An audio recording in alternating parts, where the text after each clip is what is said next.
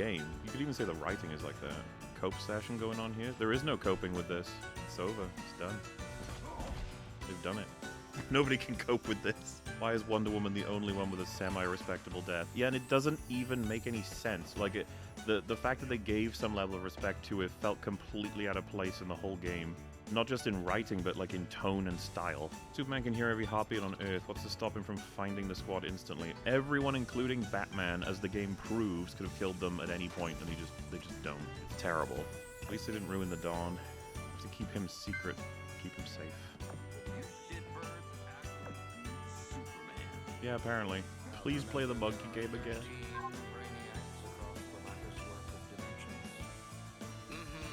Kill them all, get cool shit, don't go back to Arkham. Each pathway leads to a different reality, all ravaged by brain. Okay. Elsewhere. Ooh, catchy. Finite Crisis.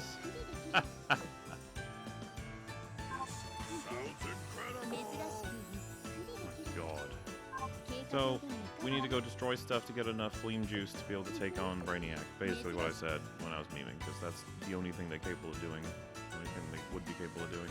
Cortex, welcome to Operation Raising Heck. Raising hell. That's right. I've calculated. That's the joke, just like that's it. Ready to raise hell? I'm genuinely shocked that when he said, "Are you ready to raise hell?" they didn't have Tommy Man go, "Whoa, I think you mean heck." Adding your heck-raising objectives. We'll keep going until Brainiac says Stop talking! How are we able to do any of this when Brainiac has like full control of everything and is amazing? But you know, it's fine, don't worry about it. It makes complete sense. Shut up. Oh, okay. You're strong in our way, but I could shatter every bone in your body like coral. Unless you join me. Then I will make you truly invisible. You say this, but you're not going to be stopping us, are you? You look like fools. No, why'd you feel the need to reference that she was a female clown? Brainiac got the Admiral Thrawn treatment. I see. Oh, you destroyed the giant cannon I said you wouldn't be able to destroy. Well, no matter. It was all according to my plans anyway. Somehow. Throw your Terminus bits. Like, I fucking know. Got this game because people enjoy Snyder's movies. I will say he's done nothing but add to the horrors of, but they're evil. It's like, ugh, please stop. Why does Jon Stewart talk like every black rapper / comedian? The animated version is a matter-of-fact stoic militaryman who happens to be black. They even had like one line in there that related to it, I think. Like, you know, stay focused, soldier, or something. He said something like that. What the? Shake it off, soldier. Shake it off. But he also seemed to be quippy as well. Everybody's doing the quippy shit. Where are the other lanterns? Where are Hal and Guy? Why do they gotta do this to my man Sean? You're lucky that none of them are also in here. Bow before the king. I have begun the assault. For more. Holy shit. This looks like absolute cancer yet again.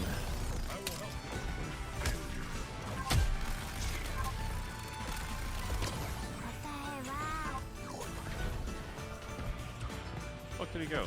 Oh.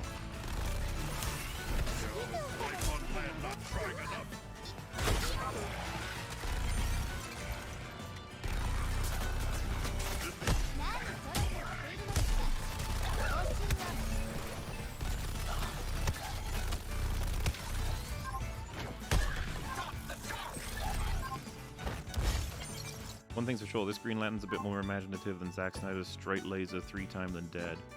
Yeah, you can say that. Don't even want to know the logistics of brainwashing a dude whose power is his willpower, but man, all his constructs of guns or bombs, real creative. Yeah, it was lame. Very fucking lame. It often is. I don't know what it is about giving people who don't have imagination the chance to do imaginative things. Imaginative. Guys, you ever seen a mission where we have a car that slowly moves to a place and we have to defend it from random hordes? Well, you're in for a treat.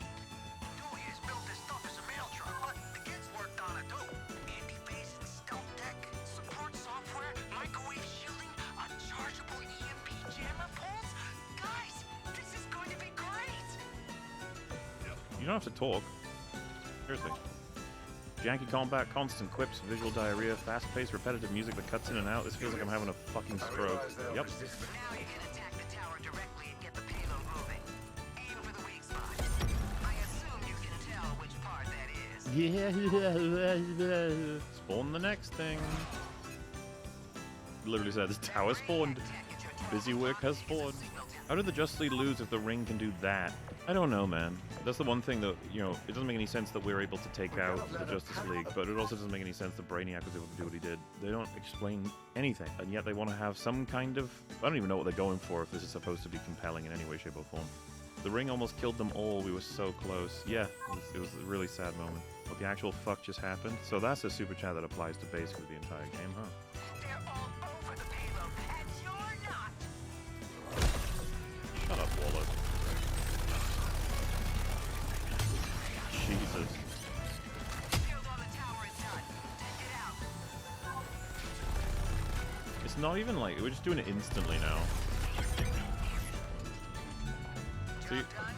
Good. Did all that, and then it's like, alright, anyway. You're approaching the terraformer base. Brainiac will throw everything he's got at you now. Oh boy. Start the payload arming sequence when you're in position. Man, if it looks like a suicide mission, it smells like a suicide mission. Then it is correct. We're going over this. It's my mask.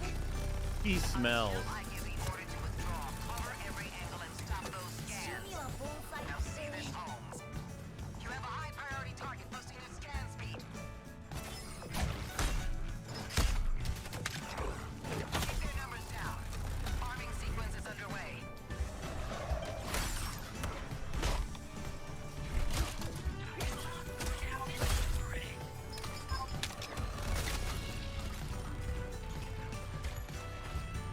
Making an example of Harley Clark.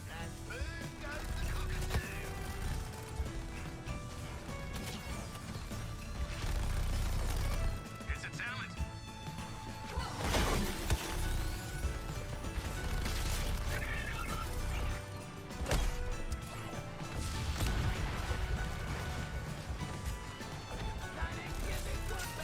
There's just more and more and more and more.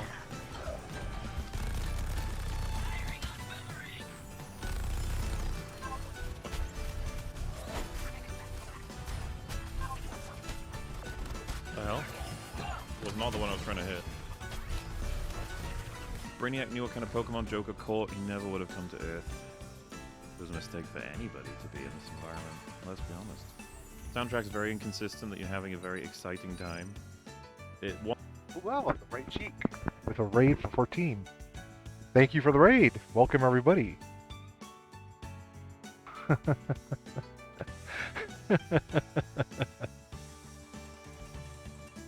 Thank you, thank you. I'm just setting my ships up. Wait, what did I want? Oh yeah, this was San Diego, Atlanta class, so...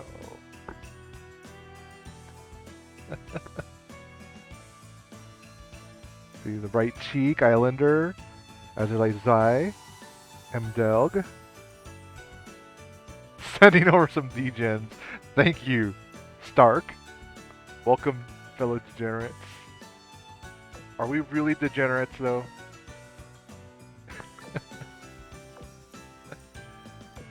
God, I got nothing. I don't have any good equipment. That makes me sad.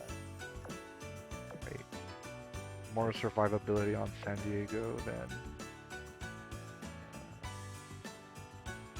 wait. Gosh, I need more fire suppressors. Wait, who's got this one? Oh, yeah. I could take that one. And I think that's everybody set up.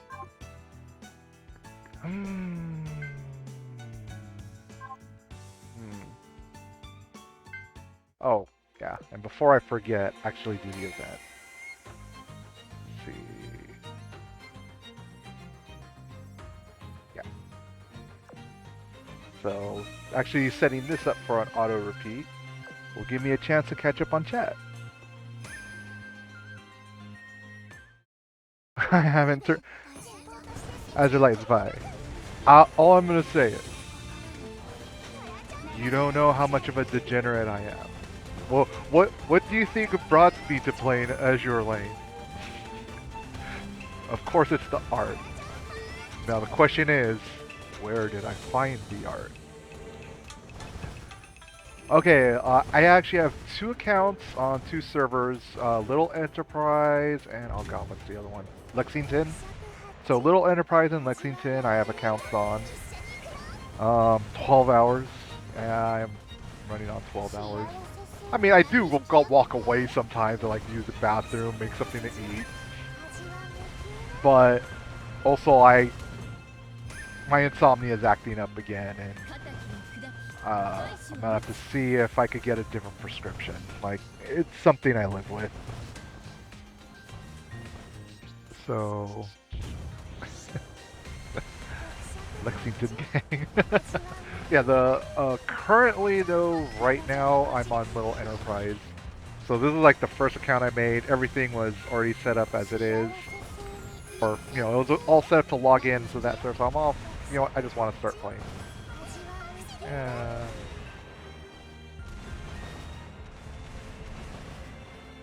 But yeah, I kind of lucked out on this on my main account. I got all the event rate up ships except for the special one within 40 rolls. So that made me go, ooh, ow. Oh, hey, okay. I'm all still, ow. Lungwu still has a long way to get up. Another Lexington tryhard. Well, I'm just a tryhard. Well, not a tryhard in general. I just like going hard, like playing games. Like I made quite a few cringy mistakes, like opening tier 1 tech boxes, because I didn't know I could go ahead and combine them to increase the rarity. So if you're wondering, like, why does he have a tier 1 of that? It's like, because I opened tech boxes like a dumbass. Yeah, on the event ships, I know I'm very lucky, and I decided to get Taiho for my selector, because I was like, I kind of want to. A part of me was like more of the Emperor Dragon ships, just to like for more, you know, just there's just something about running a faction fleet, right? I know it's a trap, I know it's a trap, but there's just something about it, and then I saw Hu Pen and I was like, oh, immediately, Tiger Girl are the best. Like, just me personally, because tigers are my favorite animals in real life.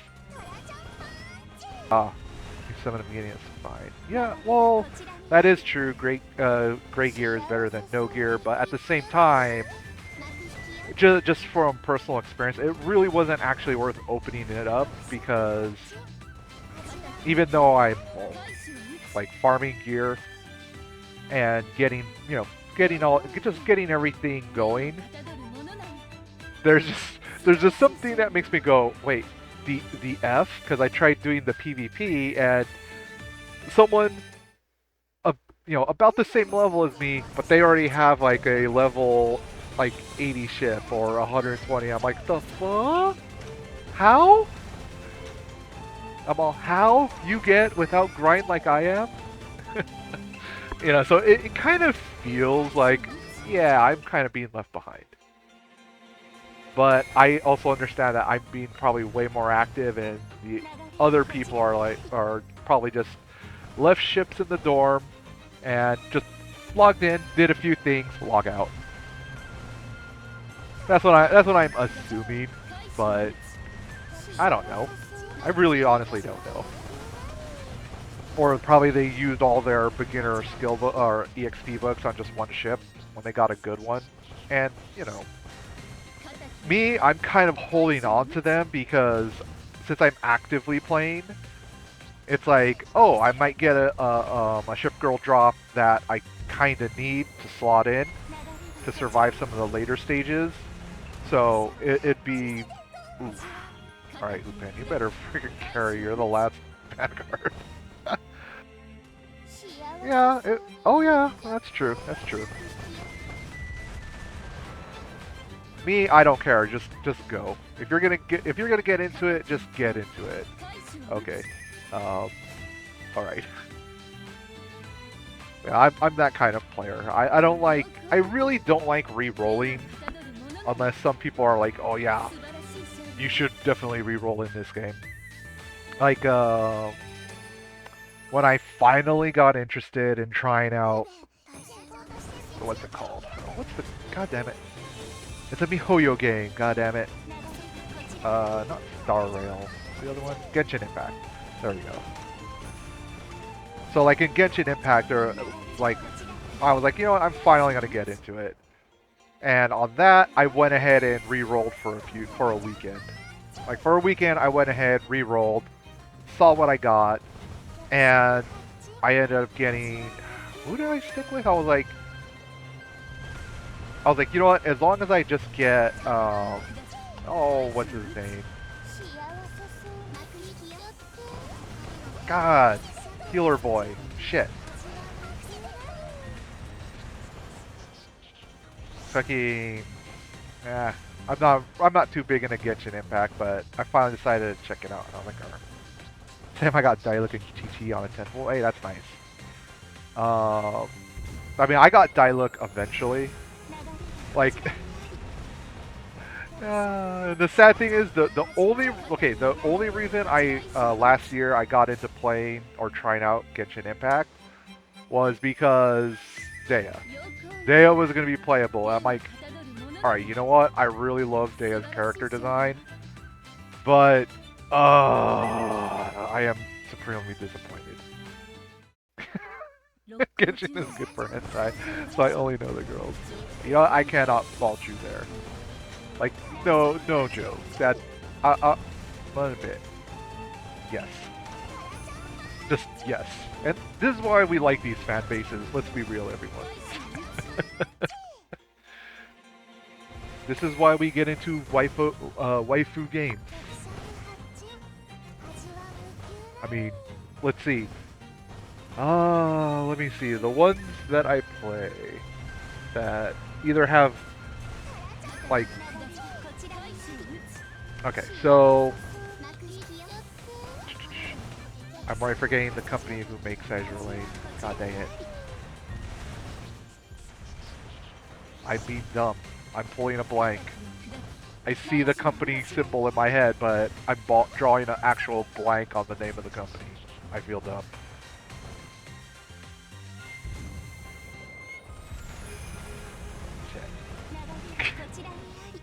But, you know, I really feel stupid. Stop playing Genshin and gave the account away. After, yeah. So, I got into it, like I said, when Dea, like a little bit before Dea came out, because I wanted a stockpile, well, build, like, you know, re-roll an account until I got a good, decent start, which I did, and save some pools for Dea.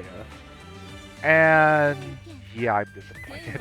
I got Dea like I wanted, but I wasn't gonna like drop, you know, I wasn't gonna drop the credit card on Dea. And I just wanted, you know what, just try it out. And sure, I still like Dea a lot, like, you know, character design wise, but man, does she just need work. She is really underwhelming. And what really sucks is like a week before I got Dea, I got Diluc. And I was like, dude, I feel like I got ripped off so bad. I'm all, Diluc feels better to play with than Dea. It's like, oh. But I kind of stuck with Genshin Impact for a while, and I ended up getting Nahida.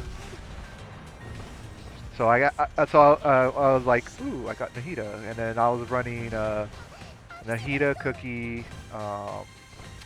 Jingzhou, Waterblade Boy, and what was the last one I would run? I could technically just slot anyone. Wait, what was my 4 for that? God, I'm drawing a blank. But yeah, like having Nahito is like really fun and doing all of that. But then I was just like, yeah, I'm ultimately not having fun in Genshin.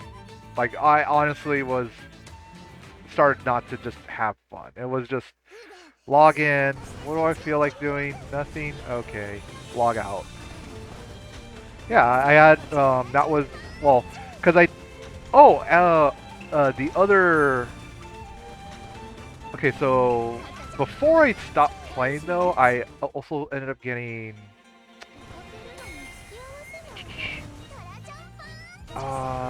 crap, what's her name? Shit, now I gotta look it up. Remember who the fourth was in my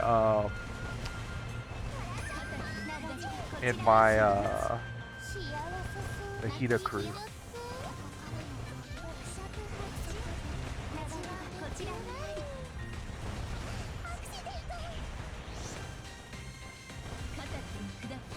Oh, Kaching. There you go. Can't believe I forgot Kaching. So I was running Cooking Kaching, Jingcho, and Nahida. That's what I was running, and I really liked it a lot. But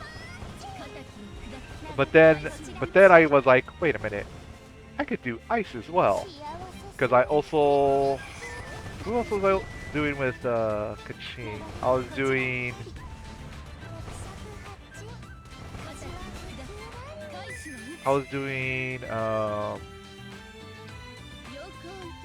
Yeah, you know what? The Hu Tao banner was like the tail end of the Hu Tao banner was when I started playing before Dea came out, and like the last week or so. And my friend wanted to play Genshin Impact, but they didn't want to go through all the re-rolling. So I was like after I got my account all settled, I was re-rolling again for a few days, trying to just get them Hu Tao. That's all they wanted was Hu Tao, but I re-rolled a few really good accounts for Genshin Impact. I said, hey, you know what? This is a pretty good starting account. It's like pretty strong. But yeah, like I don't know if they're still playing Genshin because I'm like, yeah, I'm quitting. And then, but I do agree with Hu Tao best girl.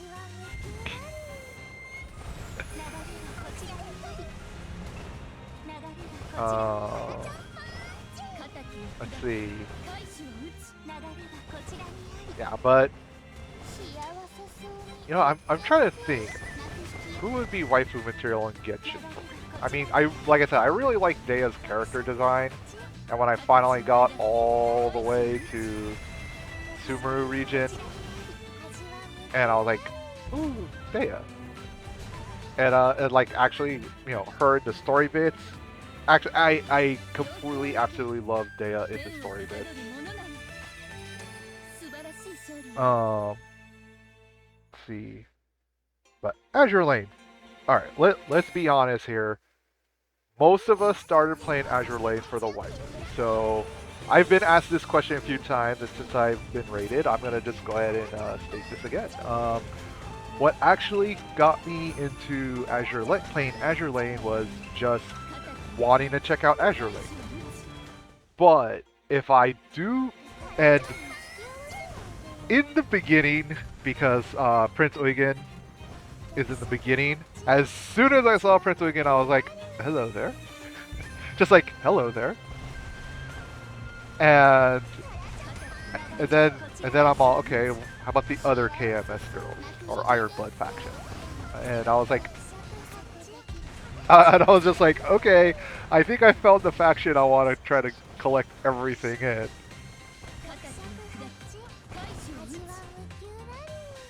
Ah, Shimano.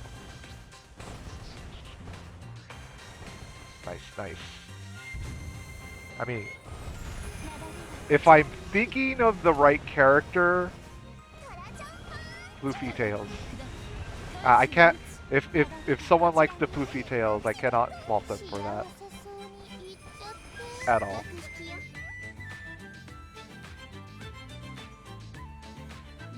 Gosh, and me just on auto repeat. Wait, this is. Oh yeah, this is the medium difficulty. Classic gamer colors. Well, it's. I'm kind of a sucker for anything German, to be quite honest. Um, because my favorite real life animal is a tiger. Um, that's why I got Hoopen, and I'm like, you know what? I just want Hoopen from these roles, and I got Hoopen, and I was like, immediately satisfied.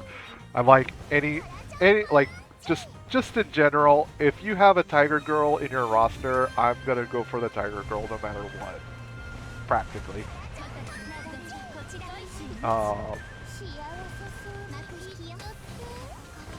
Then,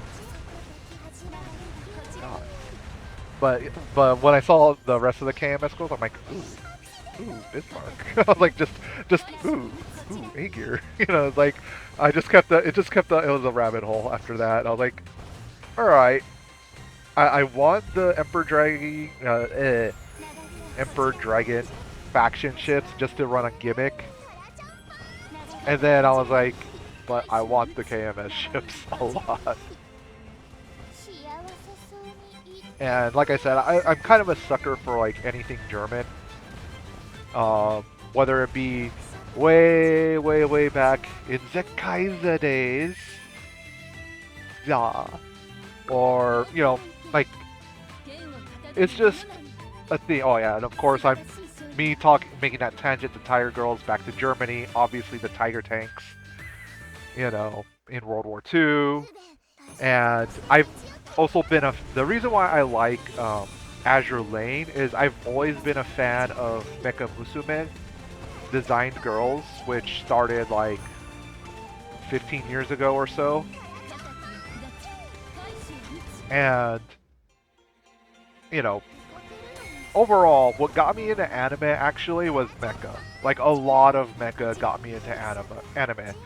So, you know, when I was a child in my single digits, I saw Robotech for the first time, and I absolutely fell in love with it. Even though I acknowledge now that Robotech is kind of like a bastardized version of Macross, it still was my gateway anime.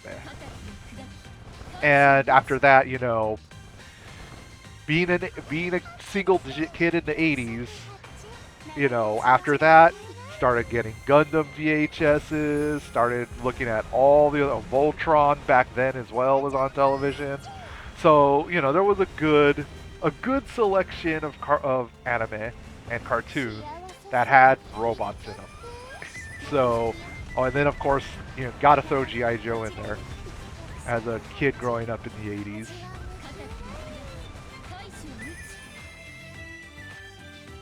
And then that also means the animation style, like the period style that I like a lot, is the 80s.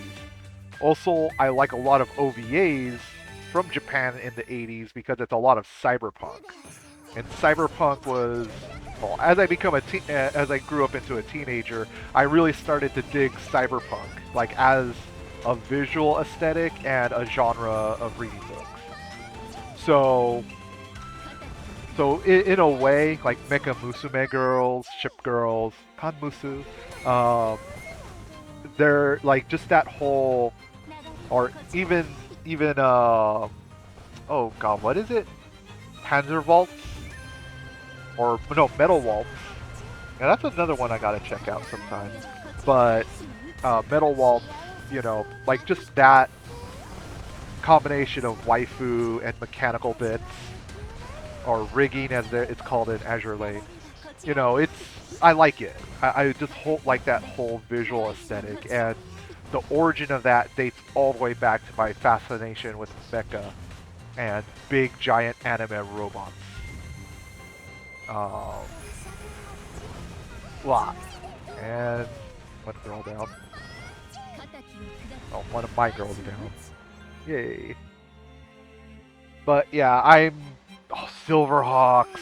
Oh. You know they tried to reboot that, but failed. You know, it's like...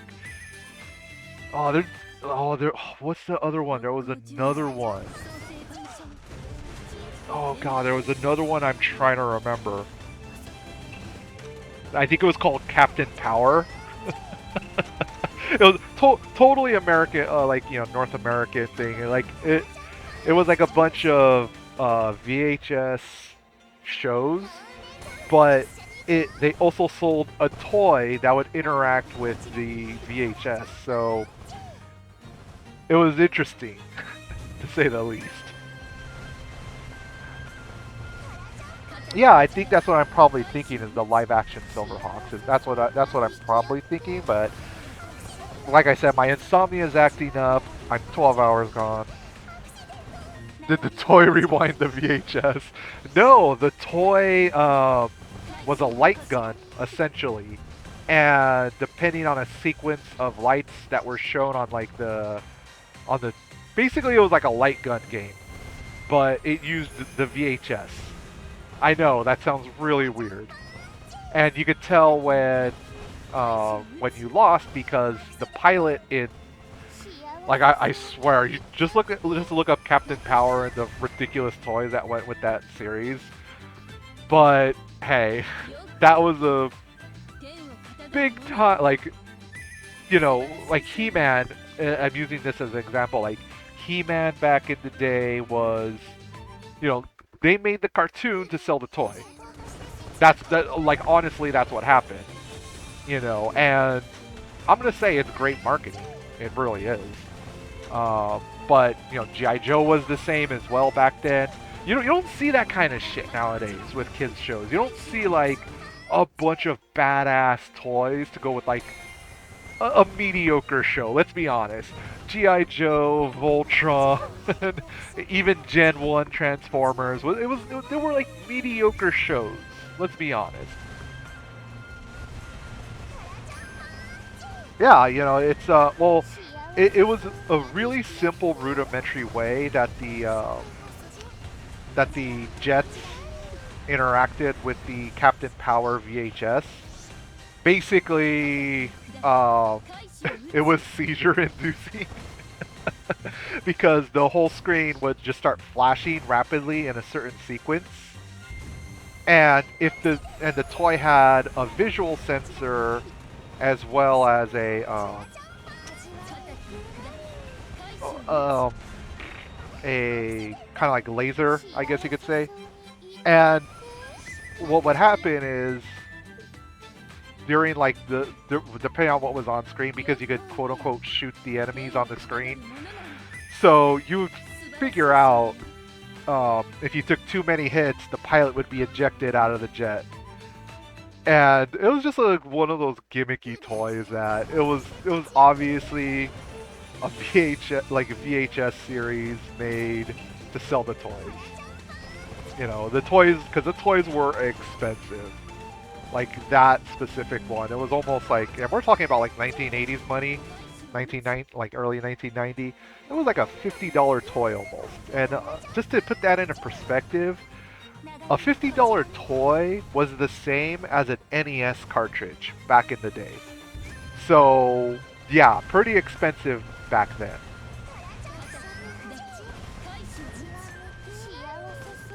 You know, but some of the best toys were also like $20 or $30. And when I say the best toys, I mean like Tonka toys. Like, not the plastic Tonka toys that were like little miniatures. No, I'm talking about the, like, God, what scale were they? Well, like, when you were like a little kid, like, you could have sat on these full metal Tonka toys that were like dump trucks, cranes, and everything. And these were big toys too. When I mean big toys, they were like 8, 12 inches tall. You know, yeah, the metal Tonka trucks. Yes. The right cheek knows what I'm talking about. Oh, all 15 waves done. Did I get anything good? Okay, I need more repair toolkits. I really need to sit down and farm those. Oh, hey! I can craft the triple gun. But... Alright. And I know I cannot do the hard mode, so I'm not even gonna try. God, I want more...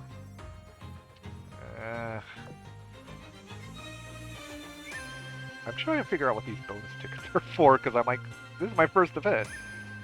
Like, hot dropped into. Bonus gun required through mission. Oh, yeah. If you board an EX difficulty run partway through, your bonus ticket will still be consumed, but you will not receive any of them. Yeah, I can't do the EX. Like, I was just like, oh god, no, I can't do that. Oh. Fireworks. Kapow. Oh. Oh, Ghost Soda Tea, yeah. I'll just do 132 clear because I'm getting, well, I'm trying to get steam catapults here as well as Helldivers.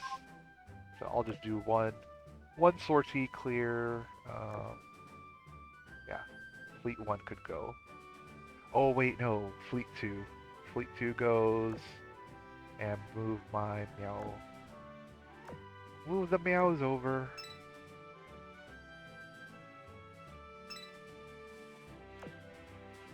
And just do one sortie to get the fireworks.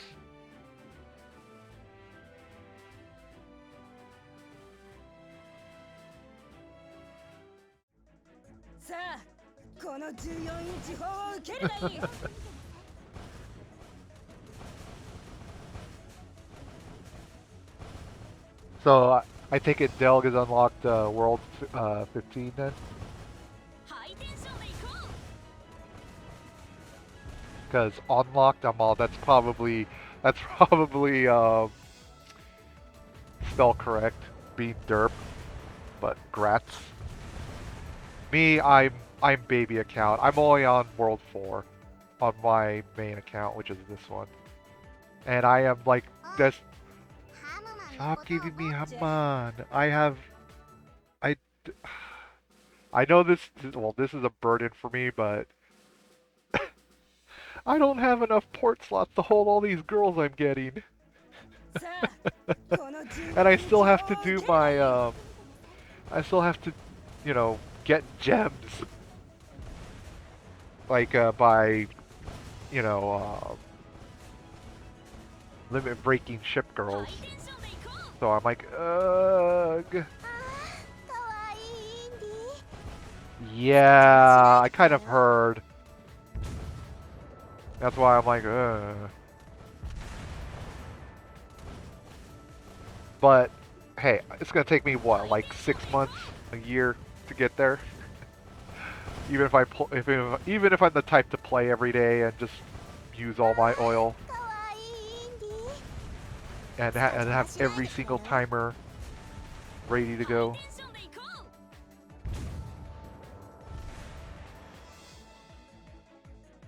Yeah, that's just it. I've applied to some guilds and yeah, I don't think anyone's accepting. Even though it says there's space to join those guilds. Well, or probably it's just an inactive guild. Maybe, I don't know. But yeah, Little Enterprise and Lexington are what I'm on, but I should say the first account I made is on Little Enterprise, and it's the account I'm on right now, because the daily tickovers happen. So getting oh, I gotta do PvP then, huh? Oof. Thanks for the info, Prince AK. So it kind of, so I'm probably thinking like, maybe I should go to global chat and say, new player looking for guild, active daily, because I'm just that kind of person. When I play a game, I'm active on it daily. Like when the mood strikes me.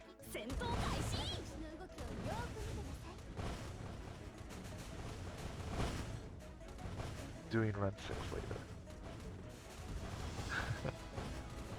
So I already, well, I should also say that when Concole first released, I actually signed up and was playing Concole shortly after it released because I was like, you know what, screw it.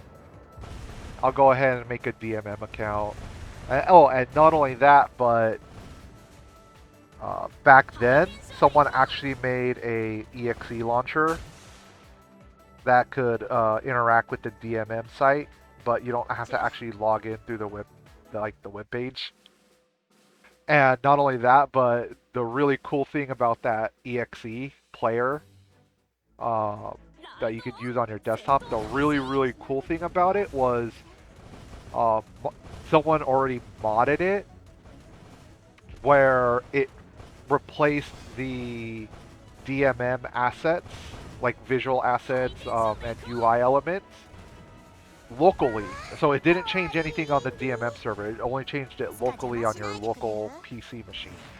But it would use English translated UI elements and icons and text. And that was just amazing. It made Conclave very playable.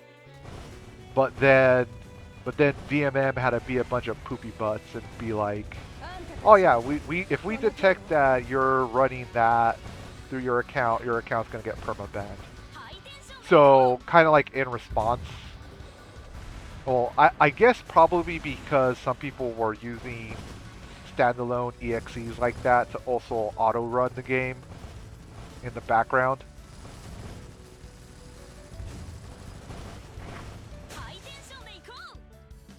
Oh yeah, that's right. Langley's yeah. I have an Eagle fleet right now, like just full-on Eagle fleet because. Oh, I need to do that. Oh yeah, that's right. I have enough fireworks now. I can. Pachoo! Unsleeping Night of Wonders. All right. Big booby lady, are you coming out again? Oh hey. Not the big booby lady I was thinking of at the start of the firework event, but hey, Bismarck's a welcome one. I mean,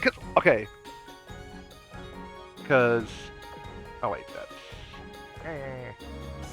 how do I no, Bismarck went away. You love. Go get Yummy this. And running a faction. I mean, I want to, but I really just don't probably have the capacity. Dunkirk. Bring back Bismarck. I'm sorry, but I really enjoy the KMS ship design. Okay, another thing I'm a sucker for is Keephouse. Like the Chinese dresses, I am a huge sucker for those as well. You know, visually, like the visual style, but I mean, really, Panty Flash plus, well, okay, FBI, hello, I'd like to turn myself in. But, you know, I'm just like a real big fan of the Keepow.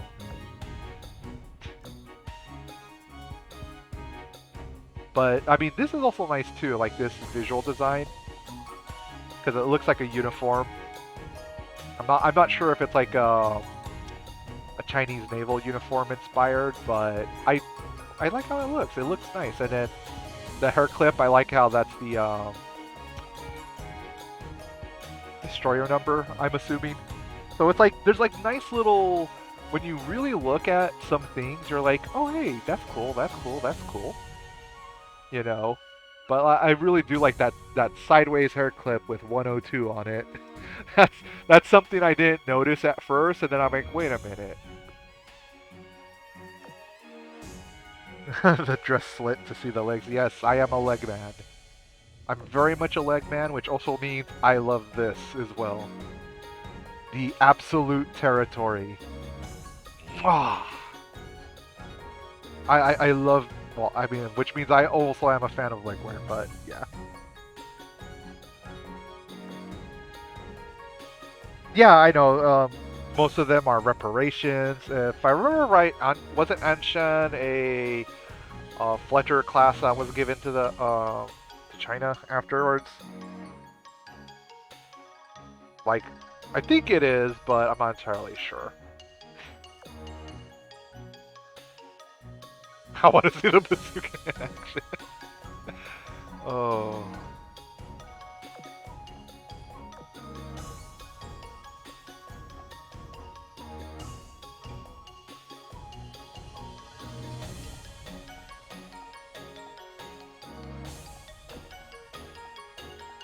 And another key pal. So I'm like, as soon as I see key pal, I'm like, ooh. Just ooh. Like I said, it's something I've always liked, and it's well, just racial background. I'm half Asian, so I really like Asian culture, even though I like grew up in the United States. So, you know. And another thing I blame as a product of the 80s, my dad used to have Playboys, and Playboys, like the special editions that had Playboy bunnies in the center spreads, or on the spread. Seeing that as a single-digit kid, yeah, influenced me later on in life, where anime has bunny girls. Oh yes, just oh yes.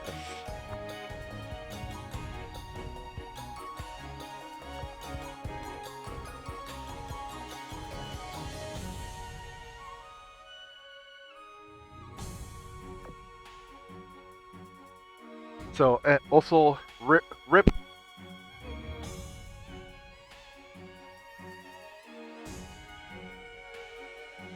my microphone or my headset for a second. I accidentally unplugged it. Oh, I had something better, Islander 808. My dad worked for the cable company, and my dad worked for the cable company. He didn't even pay for the channels. He made, at work, because he was an electrician by trade, at work, he took one of the cable boxes and basically unscrambled, like I don't know if he soldered in a chip from spare parts or bypassed something, but everything became unscrambled. Every single channel. Yeah, that's why I said that. Yeah, all the pay-per-view was for free. The entire pay-per-view channel was free. And that cable box lasted until they went digital, because it was an analog cable box. Yeah, I know. Having that as a kid in the 80s and all the way to the 90s, and then when they finally went to digital, like in the early 2000s, that's when my cable box, the cable box was like no more. But it was great. It was great. Like all the movie channels, I had Skinamax, you know.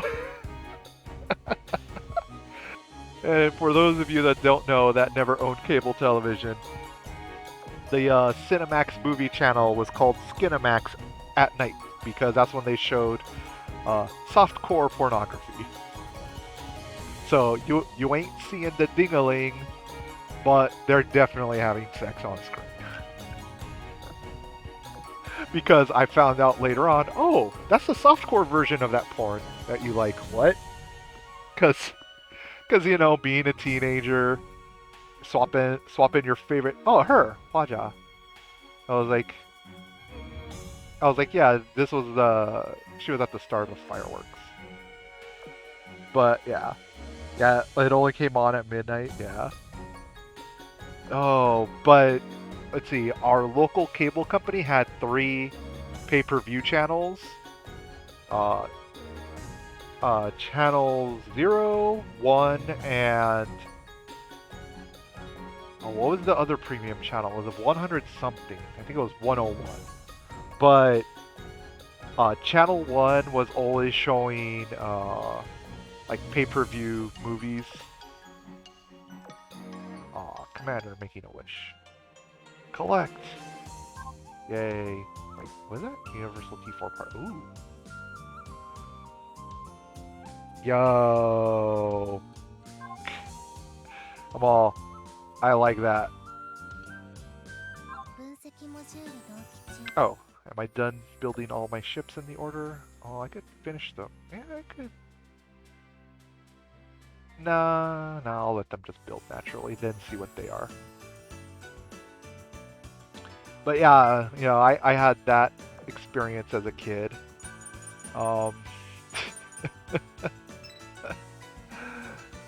So it was pretty good. And oh, and I should mention it wasn't just one cable box that was set up that way. It was two of them. Like the fact that getting the Spice channel, as it was called for the adult hardcore 24/7 channel 0. Yeah, because channel 1 was PG to PG-13 movies pay-per-view, and 101 was rated R, like rated R movies pay-per-view that would usually come from, like, you know, a year or two after they were shown in the movies. There would be like the pay-per-view version. Oh, and I think channel 1 was also any like wrestling, like pay-per-view wrestling matches, pay-per-view, some sports games as well was also on channel 1. But yeah, the fact that channel 1 and channel 0, you know, if you accidentally hit the channel down, and you're like, oh fuck!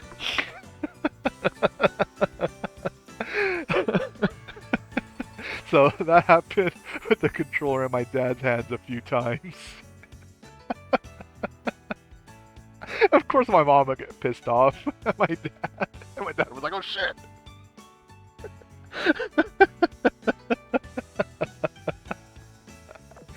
Oh, fun times. And you know what? You know what kind of like makes me go kind of like, aw, is that a lot of people won't experience like that nowadays, because you got the internet now. Basically, you could see almost whatever you want on demand. You don't have to go channel surfing. You know, nowadays, you could just pretty much find what you want to watch. You know, and get out of the world.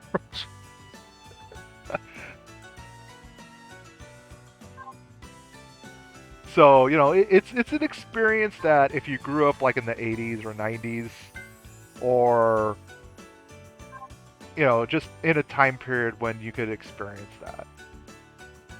Alright, and what do I want? Oh, actually, you know what? I'm going to switch accounts real quick, because I got to see if the other one...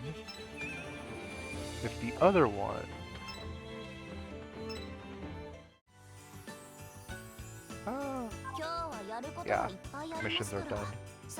Okay, they're not done. When will they be done? In an hour. Well, 1 in 10 minutes and 1 in an hour. Okay, you know what? I'm just gonna go ahead, sit here, and do the easy mode with this fleet. All right, how many more rewards? 7. Let's go. I mean, alright, so I agree that it's nice to watch practically whatever you want, when you want, or find something, but it also kind of takes away, like, you know, just to use an example, like, let's say you're just channel surfing, you're bored on like a Saturday night, you're not going out, and you're just channel surfing, and then you see an awesome 80s movie, or like Star Wars comes on, like, you know, any of the 3 original Star Wars movies. You're like, oh shit, it's like on TV, sure there's gonna be commercials, but hell, it's fucking Star Wars, or it's fucking this awesome action movie, right? And, you know, it's like, oh, it's cool, you know, it's like, oh yeah, awesome. But now it's like, oh, I could just go watch this whenever I want. You know, it's not like, oh, I'm bored, what can I do on my phone, or what can I do on my tablet, or what can I do on my computer? You know, given that the past almost 100 years of entertainment, and I mean movies, TV shows, is practically at your fingertips today, is astonishing. And for you Islanders say sometimes it's hard to find something to watch makes me sad because even though they're shows or films that came out 30, 40, 50 years ago, some of them are worth watching because they don't make shows or movies like that like they do today. And it's like that, and watching that dichotomy of different, like, just different eras is pretty cool, in my opinion. Because, what is it? The second Terminator movie, Judgment Day. I remember showing that movie to a friend who was far younger than me. And when I say far younger than me, they're like 12 years younger than me. So they basically grew up in the 2000s, whereas I grew up like in the late 80s, early 90s. And I showed them Terminator 2 Judgment Day, right?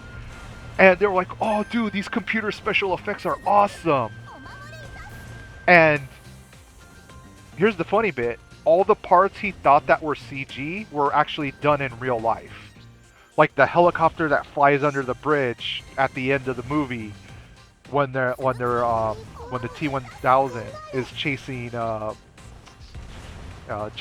our heroes after they blow up the Dyson, well, not Dyson building. God, what is it? Dyson? Why do I want to say Dyson building? But after they blow up the building and they're making their getaway in the SWAT van, and the fucking T-1000 and the helicopter chasing them down. That's a real. That's a real helicopter that flew under the bridge. That's a real helicopter flying that low to the ground. And he's all, well, what about when the helicopter crashes into the? I'm all, oh, for that, I know exactly how they made it because I used to watch a television show called Movie Magic, and it's an awesome show because they're like, yeah, you want to know how they did the special effects in that movie? Well, here's how they did it. See, so for you Islander 808, it's more like I have all these options, but now I'm paralyzed because I have too many options. Sometimes not having many options is a good thing. Having restraint.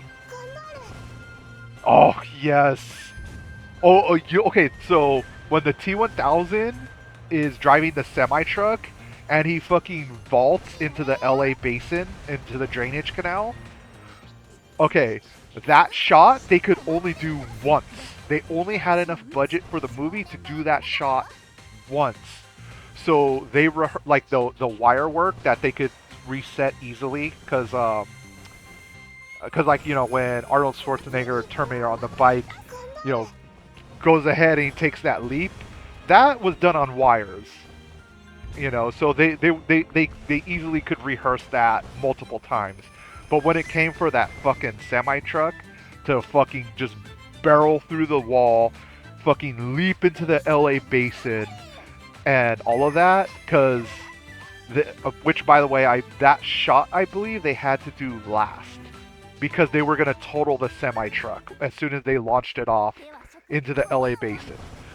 Which is what indeed happened. The fucking truck broke in half, like the frame of the truck. It became non-running after that stunt. But that stunt was insane because it's like they only had enough budget to do that stunt once. So they got all the timing perfect. And you know what? That shot came out beautifully. Whereas today, a movie studio would be like, oh, that shot would be just so long to set up. We're going to have to think about cleaning up all the debris, the cleanup fee and all that. Okay, we got to get insurance to make sure no one gets hurt because it's a dangerous stunt shot, right? It's like, oh my god. And not only that, but there's a lot of nuances, right? That 3D animators, like don't this is no part ripping 3D animators because I work in industrial 3D design and prototyping. So that's my professional background. Um, so I'm not taking anything away from 3D animators or sculptors or VFX artists when I say this, but a lot of studios today that employ VFX artistry do not give you enough time to make a shot that would be as good as practical effects. I'm sorry, I'm just gonna say that up front. Now, there is one movie though that extreme, like to the extreme, Cyclo. You know what? Because it was my dad's favorite movie before he died. Top Gun. You know, just Top Gun. That was because that was our jam together, right? Top Gun. It also helped with that movie that my dad did serve in the Navy, 4 years. But you know, so Top Gun was our jam, and that's probably gonna be my favorite '80s movie of all time. And then when they released Top Gun Maverick, I was apprehensive at first, but then when I saw Top Gun Maverick, I was like, dude, yes, this like the movies are like 30 years apart practically, almost 40, but Top Gun Maverick was I was like, dude, this is great. Oh, Iron Eagle, oh my god. What? But it's kind of hilarious because the aircraft they used, technically speaking, is the F-16 Fighting Falcon, or Falcon. Because the F-15 has the call sign Eagle, and the F-15 is a twin-engine large aircraft compared to the single-engine F-16 Falcon, right? And don't get me wrong, I love the Falcon. I think it's an amazing little single-engine fighter. But yeah, Iron Eagle was great as well. Oh god, there's just so many movies that were made in the 80s that you would not be able to make today. Oh god, Monster Squad. Did you ever see Monster Squad in the 80s? If you've never seen Monster Squad, like, it's a bit silly, but go watch it because they drop an F-bomb in that movie, and it's a PG-13 movie. And all I have to say is, like, 40 years ago, like, PG-13 was different. Like, PG-13 was like, yeah, you might get a nip slip, or, like, a bare ass shot, or someone might drop the fuck, you know? Like, they'll actually say, fuck. So, like, yeah, they drop an F-bomb, but not only that, but the villain in Monster Squad, which is Dracula, actually says to one of the female characters, like, you little bitch, before slapping her. And it's like, oh, fucking yeah, you wouldn't be able to make that nowadays. Yeah, F-15 Eagle's great. Like, I know when it comes to, like, aircraft, I know we're, like, in, what, 5th, 6th generation aircraft? Or is it 7th? I can't keep up with all these generations of aircraft anymore. I used to know them like when I had more free time on my hands in life, and when I was younger, I was able to keep up with it like the back of my hand. But, you know, like, I'm not a huge fan of these stealth air superiority fighters. It's like, I mean, I get it, you know, I get it, I get it. But at the same time, I'm like, I kind of miss like the F-14 Tomcat. I miss those large, just twin-engine monstrosities that look just like. I guess what I could say is it's undeniably 80s, like that whole 80s visual style. You know, you got the F-15 Eagle, you got the F-14 Tomcat. I was also a huge fan of the Vought aircraft. So that would be the F4U Corsair and the well, Corsair 2, I should say. What was the other one? There was the Corsair 2 and the God. The nickname of this aircraft was the short little ugly fucker. That was the nickname of the aircraft, the Slough.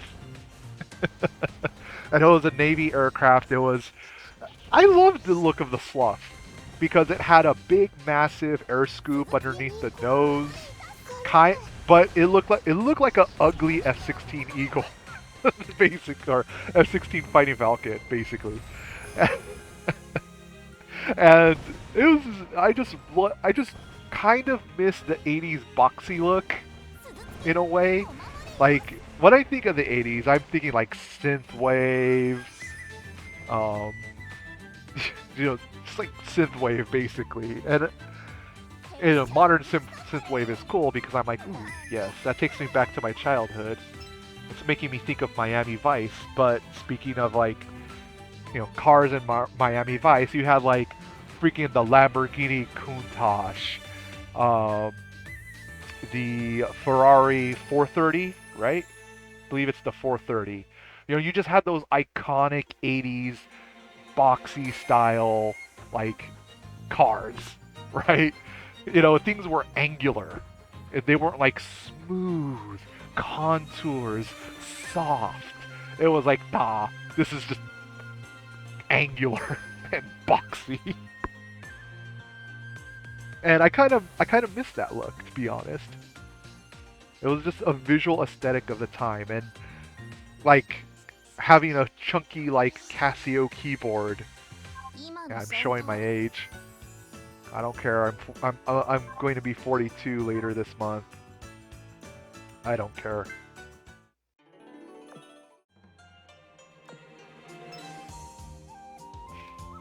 Oh yeah. Oh, I hate fireworks. Alright. Oh yeah, I should be done with sortie. Yes. Or a commission. Not a sortie, a commission. Okay. And anything with cubes? Yes.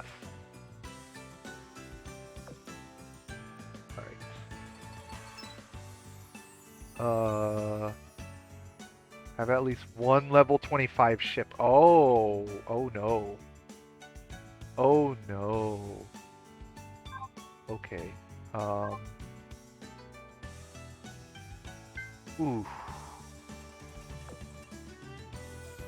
Oof.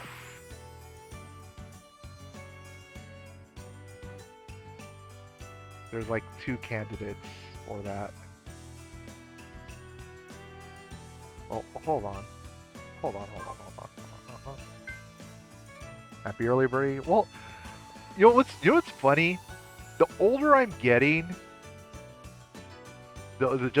just in general, the older I'm getting, the less old I feel. I know that sounds strange, but even though I've been streaming like what, more than 12 hours now by now, like even though I've been on here for like 12 hours, every day I manage to go work out. So it's like the first thing I do. I go, I work out. I probably may not stream later today / tomorrow, Tuesday. Actually, oh no, my insomnia is acting up and it's already 2 in the morning almost. Well, it's 1:30 in the morning. Oh, I might as well prepare coffee because I actually have a semi-important meeting in the morning. And my insomnia is acting up. So I should just get coffee and just stay up. And then probably go pass out for like 10 hours and then not stream for Tuesday. But yeah, like I said, the older I'm getting, it's just an age. As long as you take good care of yourself, eat right, exercise, you'll feel good, A lot of people say, oh, you're going to have a midlife crisis, Kit. And I'm like, dude, I'm already living my midlife crisis. Or I already went through my midlife crisis in my 20s. because in my younger years, I honestly did not think I would live to be in my 40s. And so, like I said, I'm turning 42 later this month. But I literally, like, the way I was living in my early 20s, I literally thought I'd be dead by the time I was like 35 or 30, in my 30s. But, you know, but surprisingly, I'm still here. So I'm like, okay, I'm not dead yet. So there's still life in me. All right.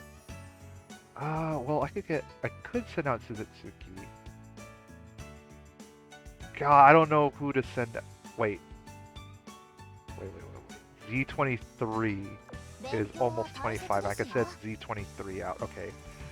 Who can I shove into a fleet? Actually, you know what? Fleet 2. Okay, you know what? Formation, Fleet 2. Put Z33 in. And... wait a minute. Z33 where?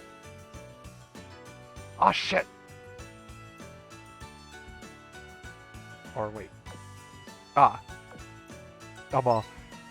yes. Check my filter. I was like, wait a minute. Not all the ships are here. Okay. Z33 is higher. There you are. I'll just put Z33. And who could I pair up? Actually, who do I have dupes of that needs to be eaten? And they need to get to level 10. Oh, Raleigh. That's fine. And who else has a lot of dupes that needs to eat their dupes? Omaha. Alright. Well, I'm just gonna go straight into battle. 2-2. And roll. Fleet 2 is actually going to engage all the enemies. Yeah, Fleet 2 is going to engage all the enemies. Repeat sortie. Max, go.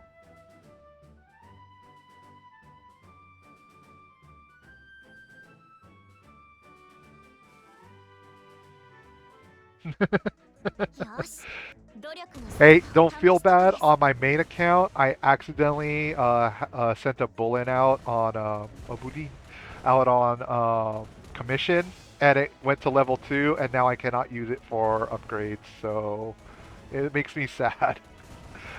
noob kit mistake. As well as opening Tech 1 boxes as a noob. You know, like, honestly though, it would have just been better to save my, you know, just upgrade the rarity of boxes, because I kind of found that ship girls drop quite frequently, and then they give you, well, mostly because of the event, I have been crafting more girls to get to the 100. But, you know, just in general, it's been nice. And after a while, it's like, okay, I'm not really that hard up for equipment, because like everybody's got a gun, everybody's got a torpedo, everybody's got like some anti-air after a few hours of play. And then going to farm for specific stuff will eventually happen. But right now, oh yeah, that's right, I'm gonna get Z to 25 so I could send her on that limited mission to hopefully get another cube. And if I don't get a cube, that's fine. And the whole reason, well, like right now on this new account, because this is my Lexington account. Said Balloon was, you know, okay, you know what? You know what? I gotta share something. I gotta share an image.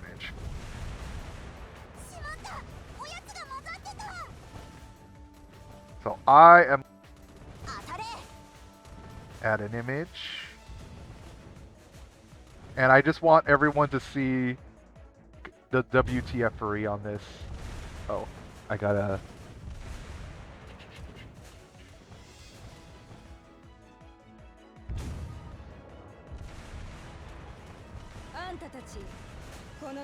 I keep forgetting where.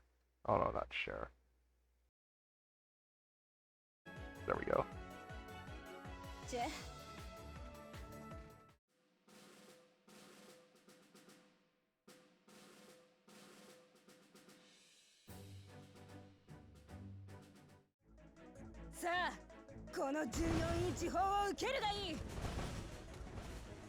There.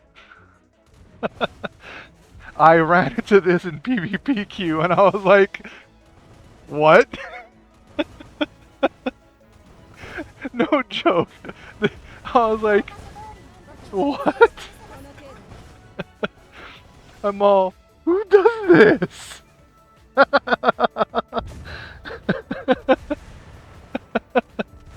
like me personally, I was like, who does this? You know, you got all 3 Booleans. I mean, I know it's a meme, but it just it slayed me when I saw it the first time. I was like, you know what? I gotta take a picture of this. Oh.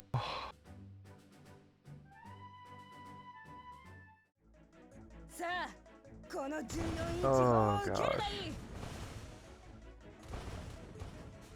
Oh, that's enough of that image. But yeah, I know. That's why I'm like, dude, what? What? It must. Well, I mean, the account was level 83, but the person might just have so many resources that they didn't need those booleans, so they're like, oh, I'm gonna go ahead and meme it. Why not? And you know what? It was pretty good.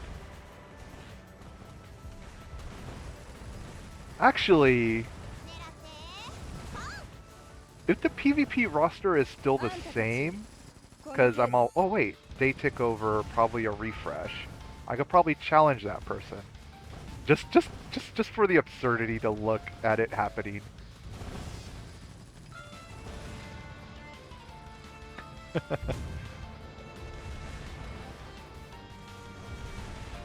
But yeah, there's there's just some niche things about this game that make me go, what? But at the same time, I'm like, oh, I get it. You're fucking memeing me. Like in PvP, right? But yeah. Well, I'm on Lexington server right now, so we're gonna probably make a little segue to look over there when I'm done with these. When I'm done getting the Z to 25, which she almost is, because I just want to send her out on commission to do something. Because the other ships that I have that are candidates to send on commission are ships I actively want to work on right now.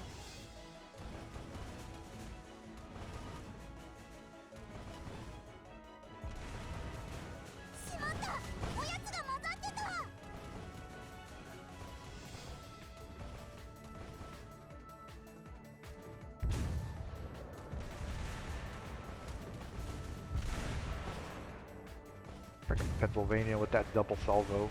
Love it.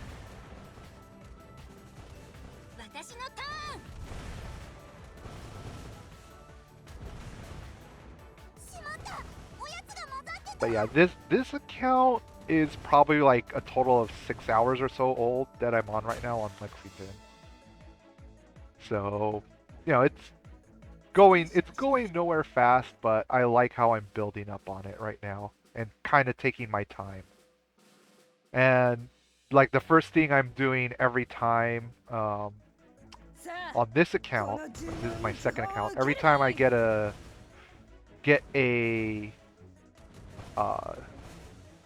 ship girl, generally I take the time to level them up to 10. So if I get any dupes in the maps that I'm grinding, I could use them, I could just limit break them right away as soon as I get the dupe. So I don't have to hold on to the dupe. And that's because quite alarmingly, on my account, my I don't know if I want to call it my main account or my first account on Little Enterprise.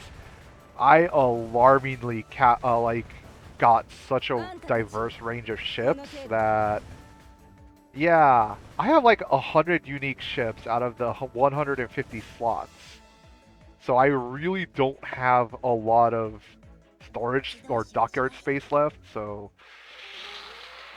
I'm like worried over there.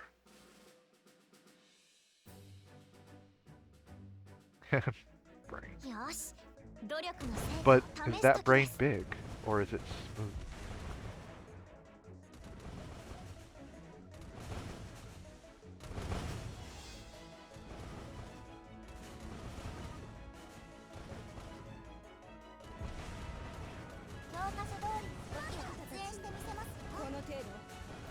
You know, a part of me is tempted to be like, you know what? You don't really have to go to that meeting tomorrow morning. You could easily just reschedule that. even last minute, I could reschedule it for like Thursday. 私のターン I know I could do it, but at the same time, I'm like, don't be lazy. You committed to making the meeting on that day. Just because your insomnia is acting up, don't use it as an excuse, kid. Just get it done. 指揮官うちの名前は商法積載量も火力も正規の空母にはかなわんけどうちにしかできんことも Big brain. よーさあるでよろしゅう頼ますで But, oh, Shoho. 集いし星が Yay. Oh, that ties in with my primary fleet because I'm using よし well because I just well primary fleet's gonna have synergy with the Sakura Empire, so I'm like, oh great, I get to make a Sakura Empire gimmick fleet. Oh joy. Because I'm also gonna get Taiho on this account as well because Taiho on my first account has been really good. And so I'm gonna get Taiho on this account as well. I mean, it's like real good. Well, real good for a starting character or a starting account. So that's why I'm like, yeah, you know what? Get Taiho on this account 私の too. ター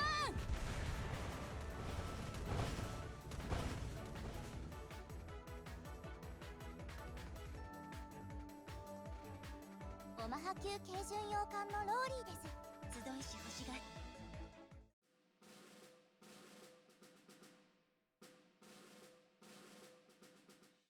But yeah, I'm a part of me is kind of like, please stop giving me new ship girls or dudes.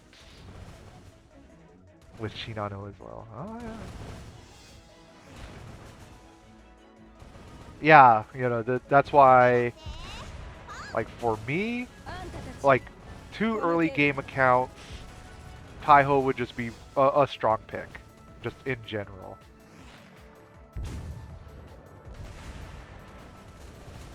Which is fine.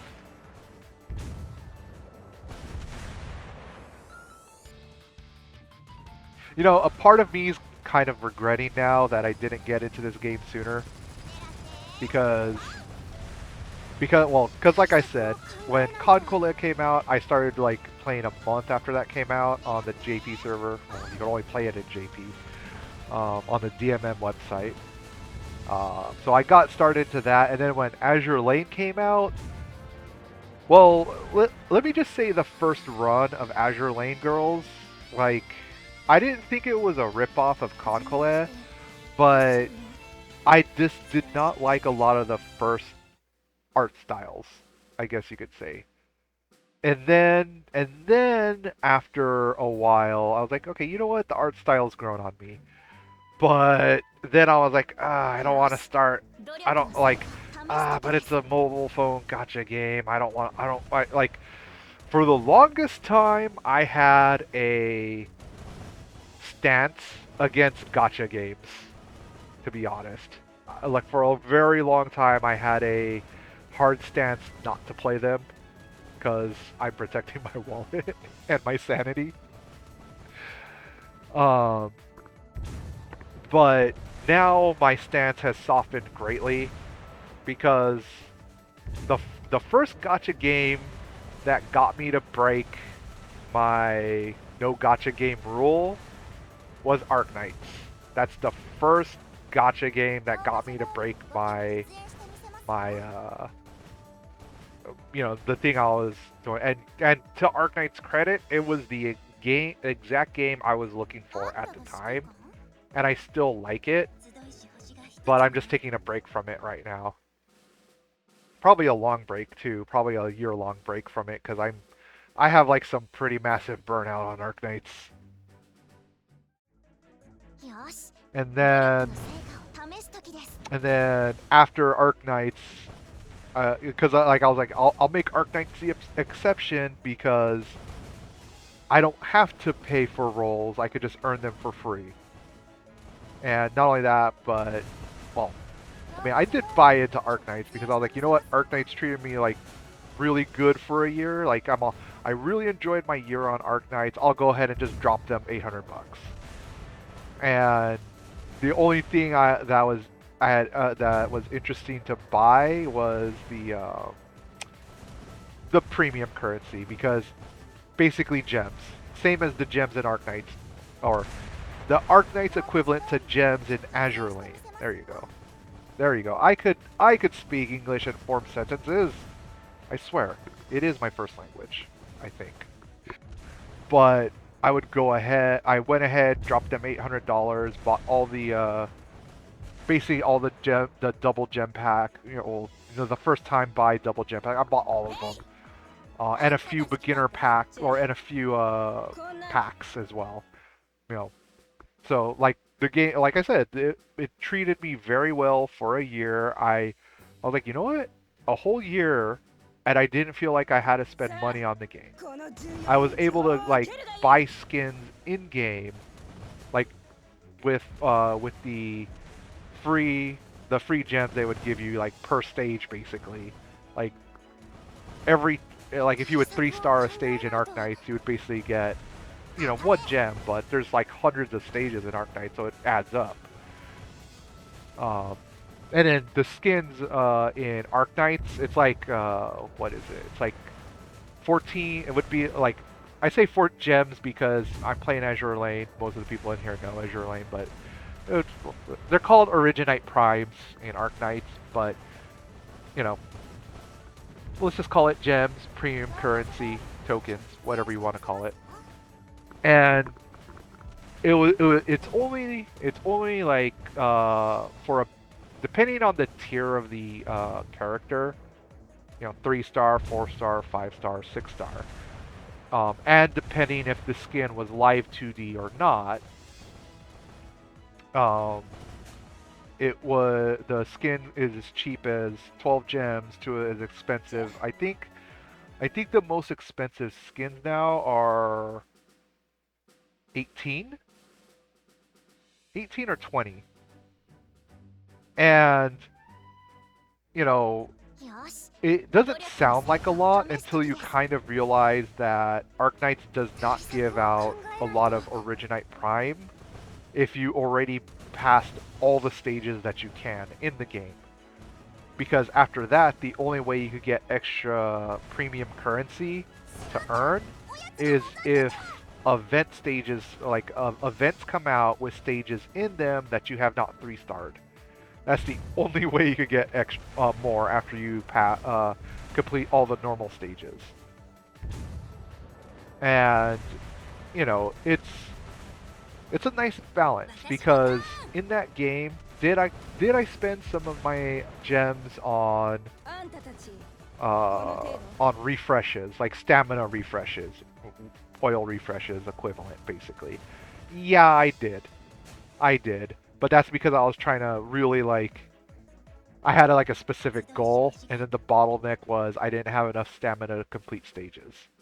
And I needed to complete those stages, or grind those stages to get materials, so I could level up the characters I wanted to level up.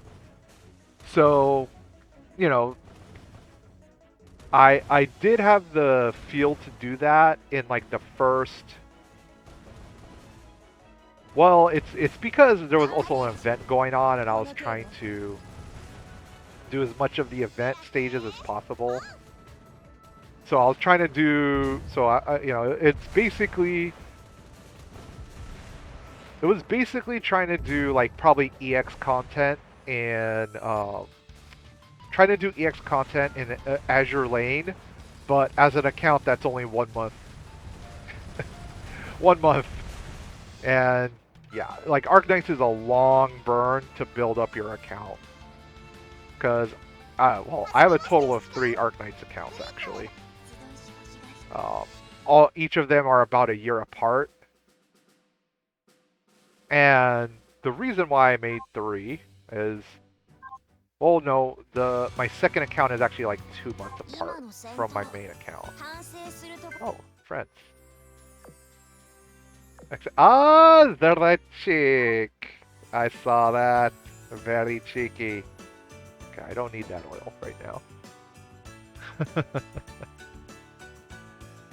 Let's see. Oh, I got mission. Claim.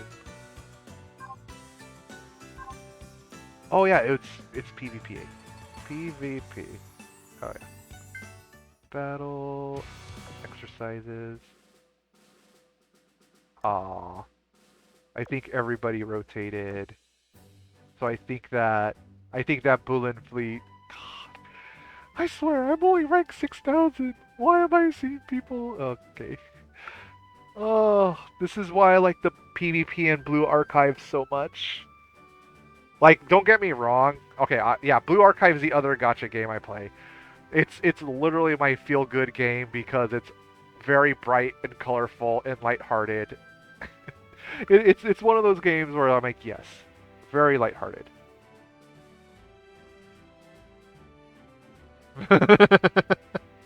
So, you know, like I was actually a day 1 Blue Archive player, and I have not played Blue Archive in like a month.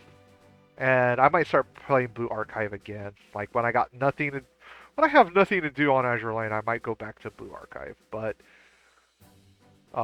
yeah, in Arknights, I started playing just before Cert came out, and Cert was my first. Well, other than the guaranteed 6-star you get, so well, technically my first 6-star was Hoshiguma. I actually love Hoshiguma. But the next 6-star I got in Arknights was Cert. So yeah, Angry Red Woman sets fire to everything.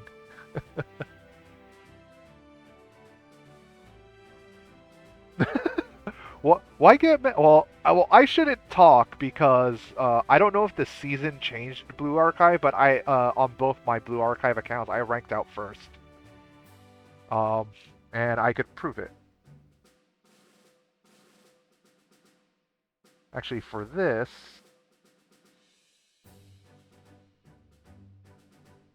let me go actually to screenshots. Let's see, is it this one? Yes, I could share my desktop.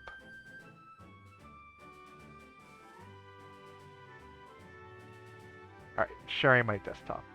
So, me and Blue Archive, rank first. This is my secondary account. Rank first, rank first. So it's not impossible to rank first.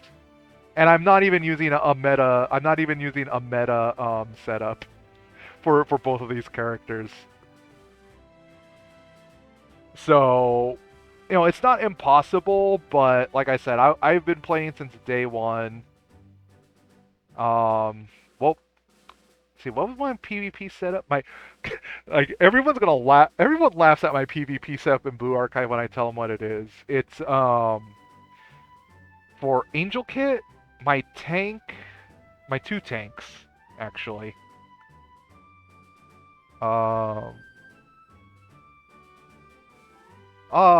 Big booby sleepy panda girl. Or bear girl? What's your name again? In the here she is right here. Oh wait, there's me. There's my other account on 3rd.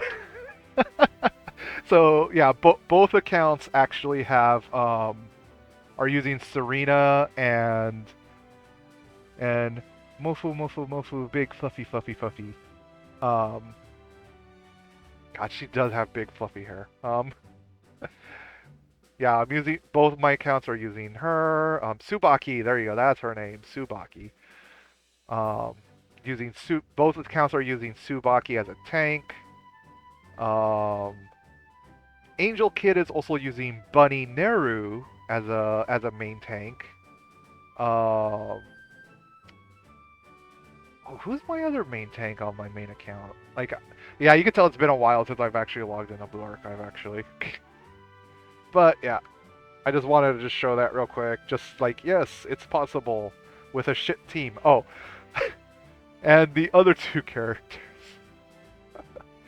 This is what makes everybody like like unironically, I use Shun. Like, well, not Lolly Shun, adult Shun.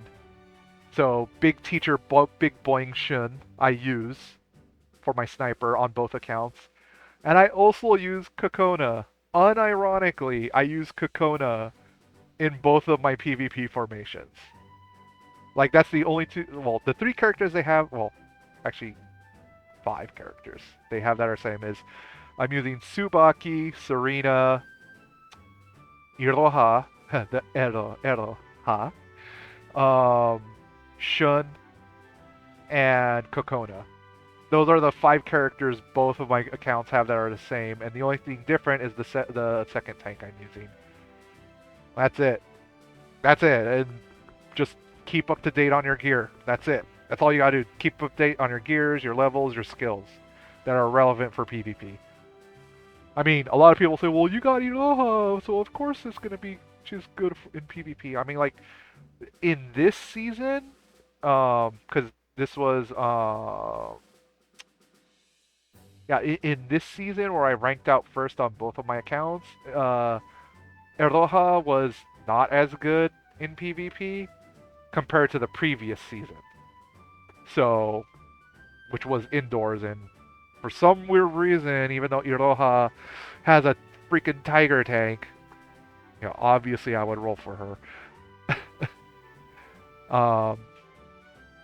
Okay, that's enough of my display. Back to Azur Lane. I mean, I could just go and do the exercises to get some XP. Oh, wait, 25-25. Okay. Alright. So that means I could take Zia. I could, well. Oh, I almost got them to level 10. You know what? Yeah, let's just go until level 10 for those other characters. Go. Just probably one run. And, yep. 2, go. So, you know, I'm no stranger to gacha games. Oh, and then of course I have again.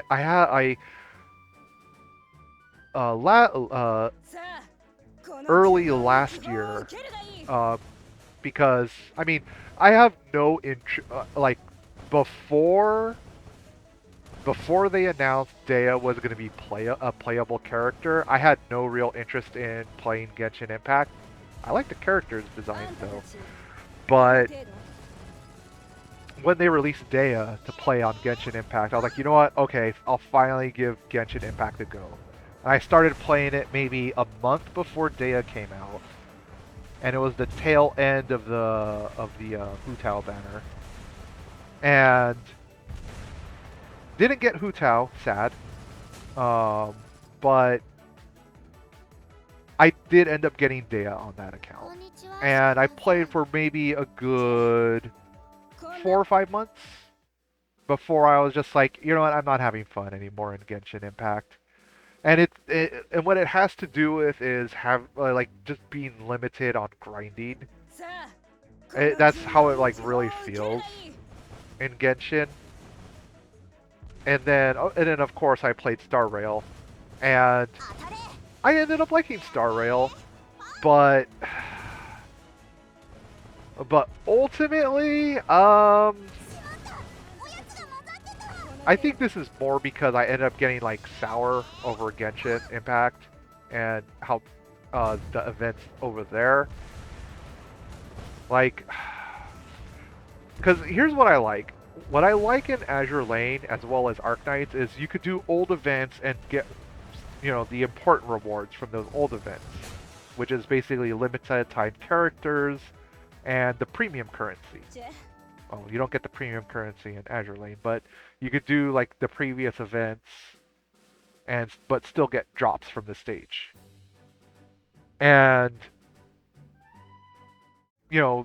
that's cool because some stuff you could only get in certain stages, right, as event drops.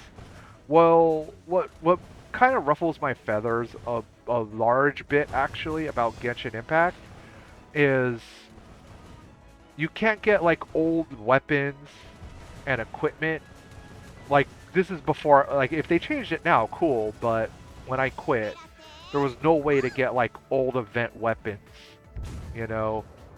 and that like really sucked because there were some event weapons that were really good on some characters, but you could only get them through that event, and if you missed that event, you can't get them again. Which to me is like kind of stupid, because I mean, don't get me wrong, I do believe in rewarding your current player base, but that just means when new players come to play your game, and they find out like the best in slot piece of equipment or gear they can't get because there's no such thing as an event rerun or an alternative way to get those items, it's kind of sucky. It's like really crap. And I haven't really ran into anything like that for Azur Lane. I mean, sure there's like different like ultra rare like events, admittedly.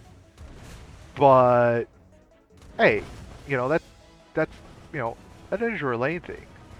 But the thing is except for collabs, I mean, sure, yeah, miss out on collabs, cry, but I'm not too concerned about collabs too much. Well, except for one when they did an Arc Knights collab with Rainbow Six, because one character, well, I shouldn't say one character, but if you got all the Rainbow Six Siege characters, you basically made your base, like, and the base is how you build passive resources, kind of like the academy. Yeah, I know we're gonna get a new ultra rare ship soon, and I'm like, oh no, am I gonna be ready for that at all? Probably not. Probably, but it's alright. And the one thing, like on like limited collab characters, is I don't think a limited collab character should have abilities that are so broken where it's like, oh, they're best in slot, or if you don't have them, then your account is basically useless. Like, I really hate that, and like I said, Arc Knights does have 4 characters that are like that, which is the Rainbow Six Siege collaboration characters. And although it's not like your account's worthless without them, just if you do have them, your account is insanely more manageable when it comes to generating passive resources. Alright. Okay, the right cheek, which is the best cheek. Go ahead, grab some sleep.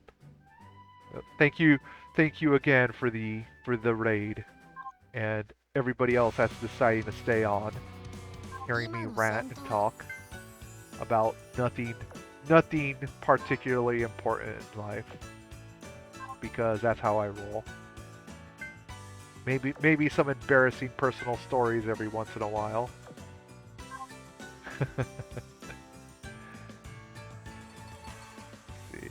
What was I going to do?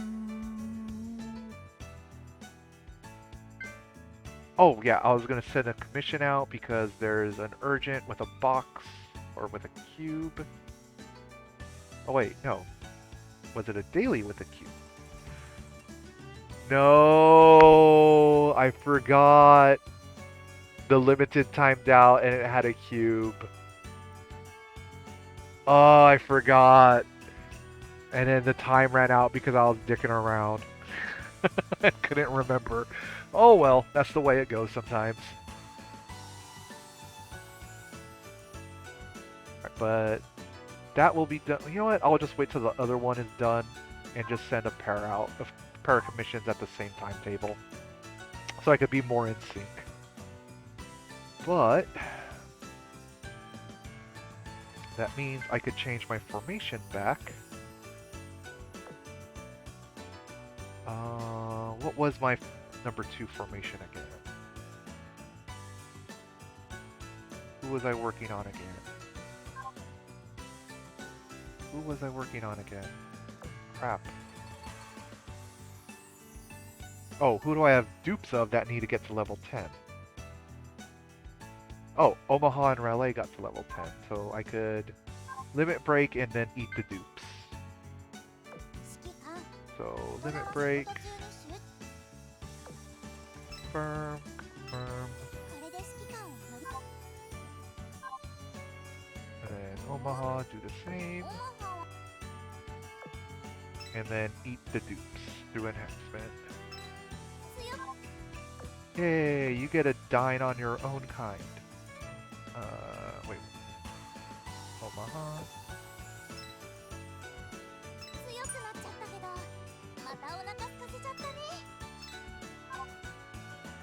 And then the same for Relay.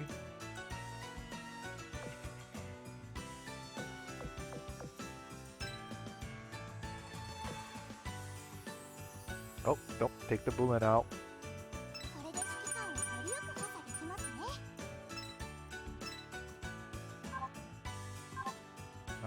Any other ship girls that need to get to level 10 to eat their dupes? Well, I should get Nevada to 10, so when I eventually get her dupe, she could eat her dupe. Probably Shoho. Oh, actually, oh, that's another thing. Okay, formation. I could actually put Shoho in here, because this is going to be a Sakura fleet eventually. I just lack Sakura. More Sakura girls. And that means... You know, every time... Okay. Every time I see a Sashio, I blame World of Warships for this, but I'm trying to... I can't remember if it was a Jingles video or Trend Loss, or oh god, I'm forgetting his name. It's like a World of Warships player, but they never say Asashio, or in one of their videos, instead of saying Asashio, they're saying, oh, it's a sassy hoe. And I'm like, oh god, that's hilarious.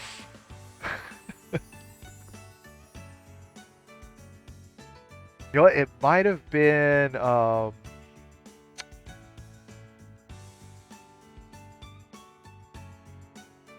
god, who, I gotta find his channel now. There's actually 4 World of Warships YouTubers I like to watch. So,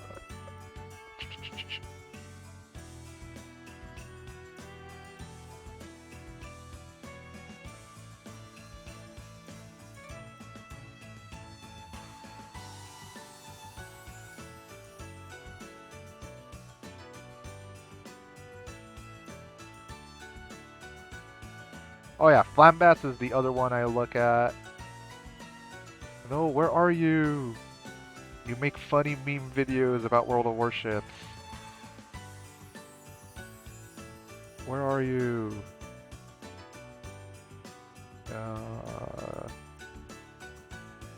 Euro! There you go. Euro is the 4th one. So, Euro beat. That's the 4th one. He makes total, like, fucking troll, well, not entirely troll, but they're like meme videos about World of Warships. And I fucking love watching his videos. I believe he's the one, I believe it's wait, hold on. I believe it's one of Euro's videos where he did the Assassi Ho in text-to-speech voice. I think he's the one that did it. Um. Oh. But yeah, I like Euro's videos because he uses a text to speech, and like in World of Warships, Yamato has a weak spot, and and the community in World of Warships says, "Oh, it's just Yamato's blushing cheeks." and, then, and then so Euro is using a text to speech device. He's like, "Sure, this is the weak spot to shoot at Yamato." Because it's like the blushing cheeks of an anime girl, and then he does a run-off sentence after that. These fucking degenerate weaves. What the hell? comparing ships to women. And then as soon as the text to speech where it says comparing ships to women, on the screen it flashes Yamato, but I can't remember if it's Yamato from Concole or Yamato from Azur Lane. And as soon as I saw that, I started dying. I just started dying. I was like, oh my god. Fucking Euro. Troll meme. That's great. And to be quite honest, he's also a degenerate weeb. Okay, so it's Yamato from Concole then. I mean, like, oh, so they haven't even shown, like just a character portrait, not an actual in-game. Shinano and Musashi. Okay, gotcha.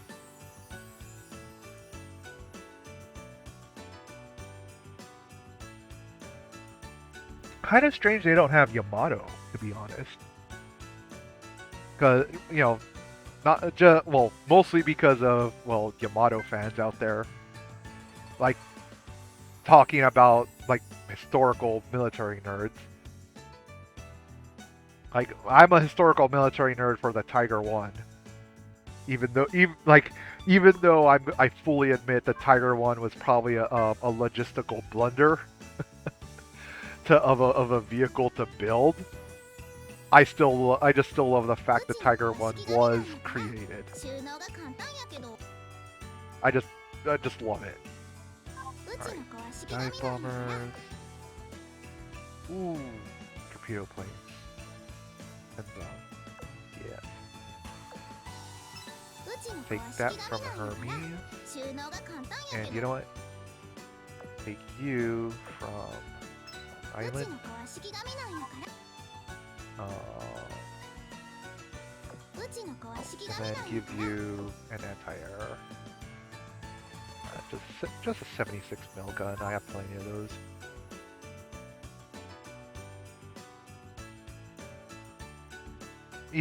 Well, it just surprises me that Yamato wouldn't be like a launch ship, I guess.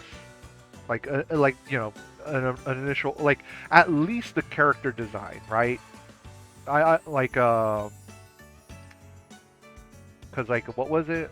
Or, cause like, in gacha games, they'll have like the 3D models or the character portrait, and you see them in the character portrait, but you won't get them as a playable character until like 6 months or a year later. Kind of like what Genshin Impact did with Dea. Well, many other characters, I should say. They introduce you to them, and you're like, oh, they're cool, and then they don't, then eventually they'll release them as a playable. There's plenty of that, so I'm surprised that Yamato doesn't have an actual, like, look. Like, that she's never had, like, even just like a silhouette. Like, just a silhouette of her character with no character detail, right?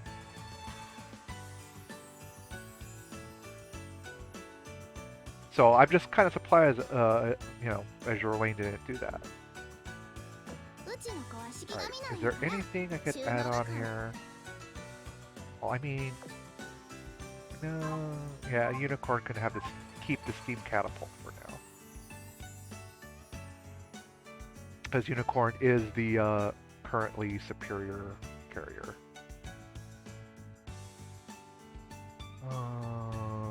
Well, not superior, higher level, I should say.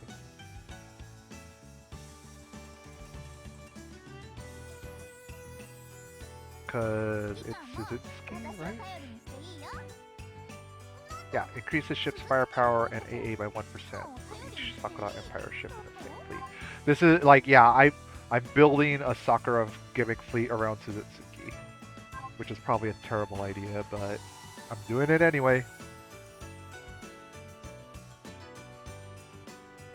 I'll be honest, I watched a 3-hour video yesterday explaining the story of Azur Lane up until that point because the video is kind of old. But I still don't get exactly what's going on in Azur Lane. Like, don't get me wrong, I like the game. I like the little bits and pieces I'm getting, but I honestly think they should just be like, hey, guys, just clean up the fucking story. Because what would be cool, what would be really cool is kind of have, because like, you know, the only thing I've experienced is like the main campaign stories, but there's like very, very threadbare story here. And I heard like Operation Siren is when like you get more story, but also the let me go back to battle. No, not challenge. War archives. But also in the war archives, you've got stories in here too. And yeah, I know the lore is kind of hard to understand, but I think they should just streamline it now. Just streamline it. And I think what, you know, instead of, well, oh, collected my data keys. So instead of yeah, having to collect data keys personally, just open these stages up.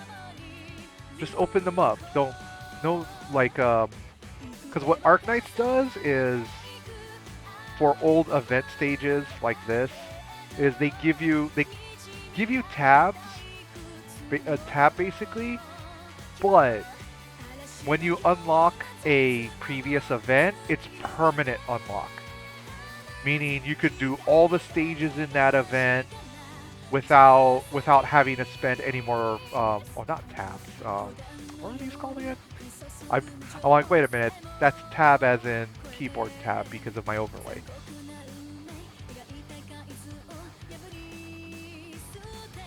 But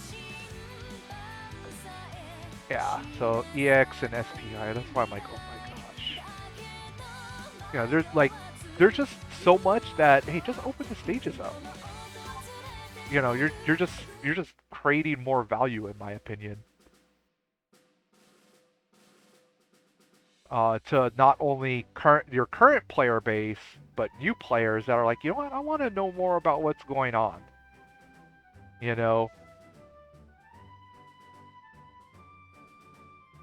To me, it just makes sense. You know, from a narrative standpoint. Maybe merge some of the, like,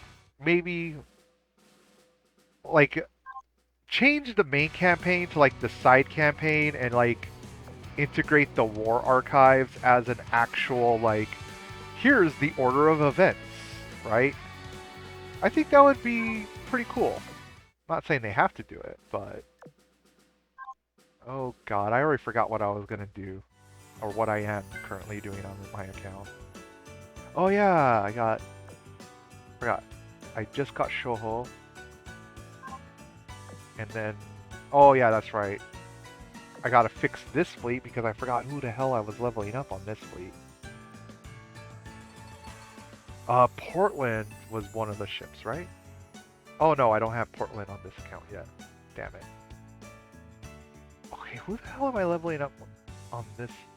Oh no, I was leveling up Beagle because I'm gonna get dupes of Beagle. Oh yeah, that's right. I was leveling up dupes. Kisaragi, because I might get a dupe of her. Not right now, but I might. I know I'm not going to get dupes of these ones for a while unless I construct. I may get a dupe of London.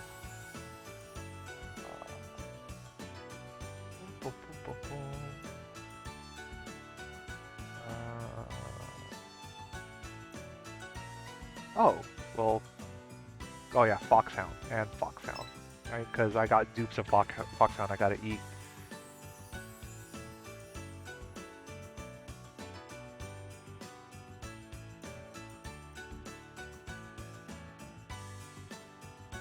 Yeah, that is like kind of a macabre thing to say. Yeah, I need to level up these ship girls so they can eat their duplicates. Oh, it's the same thing I said in Concole. Oh wait, no, that's not where I wanted to go. Main campaign.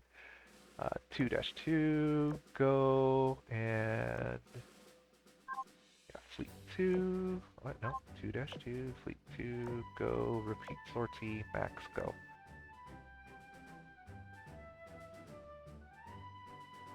You know, one of the things I kind of wish that there was a speed up function, because it really feels like I take too long. It takes too long. Like, can we double speed this, triple speed this, maybe? Well, I mean, I am using dupes to enhance, but I also want to limit break.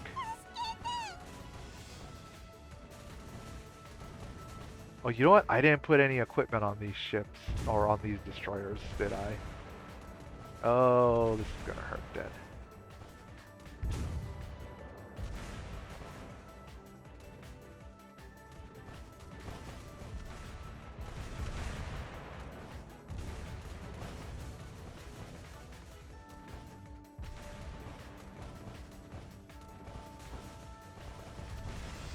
Yeah, well, it's just like, okay, so...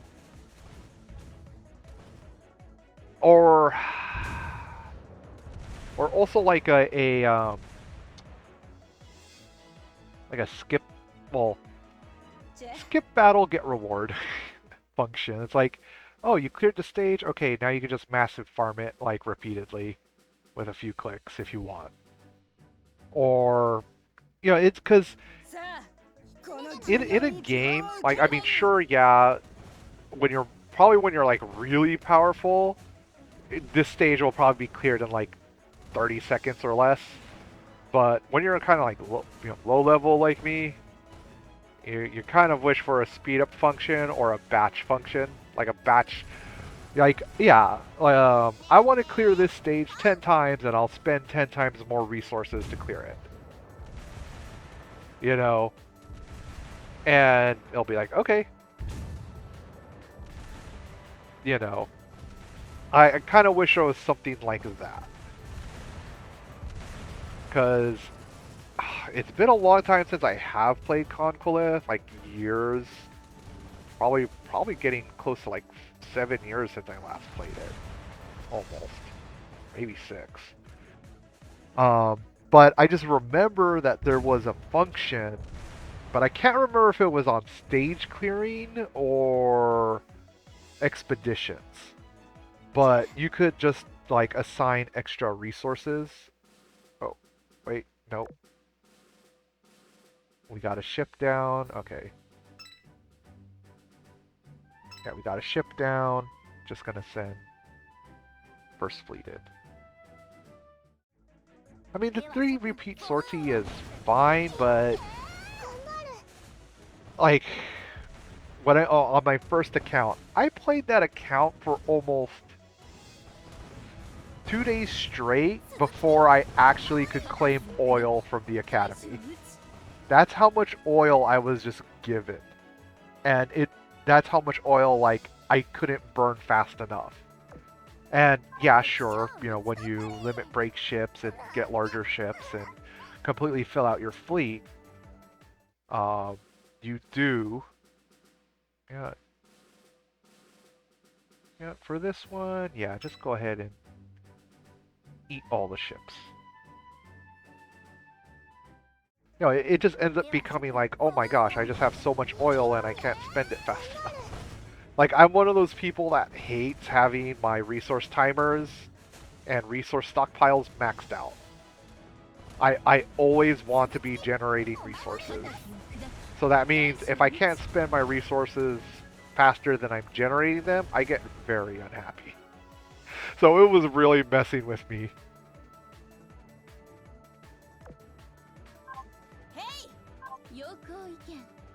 剣をかたどる者なり。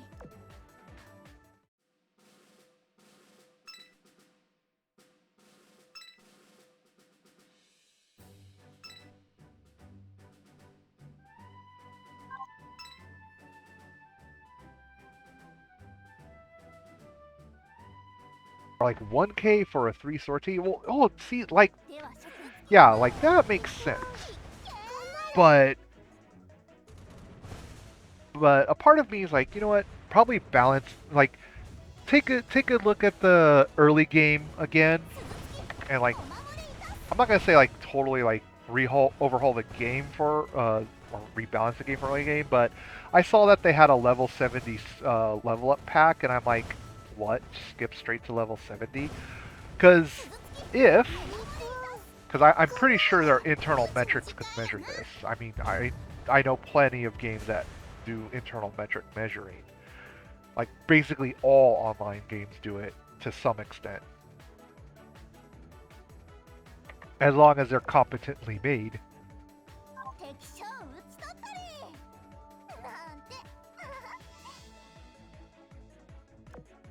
Yeah. It's also like Conquest, you know, like depending on like a fleet that's made up of heavy cruisers and battleships and aircraft carriers is going to use up dramatically more oil than a fleet that's composed entirely of destroyers, for example. Well, destroyers and submarines, I should say. Like, the fuel cost is crazy different.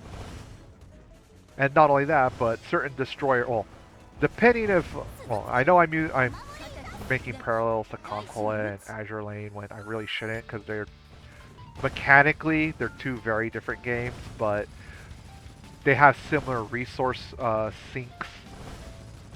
Like, you know, fuel is used to determine how much you could do, or like how much activity you could do on your account before you run out of fuel or oil, basically. You know, fuel, oil. Oh, I got a Brooklyn. I got a Brooklyn. I'm not complaining. I got a Brooklyn.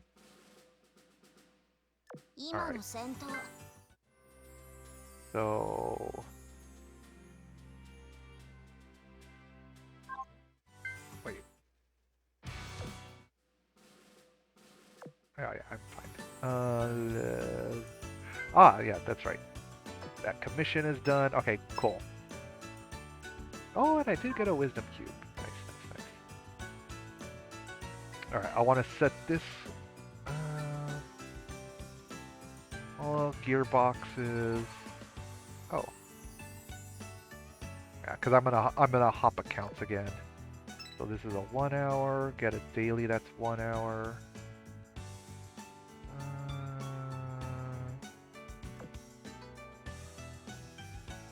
Start.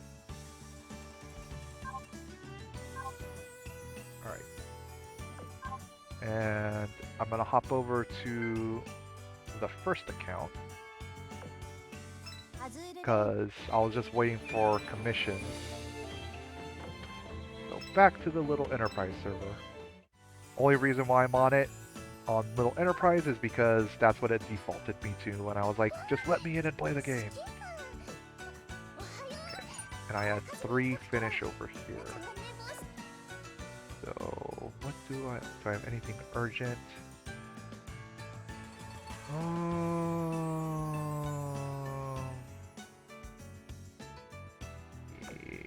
Oh, these are all in action right now. I'm like,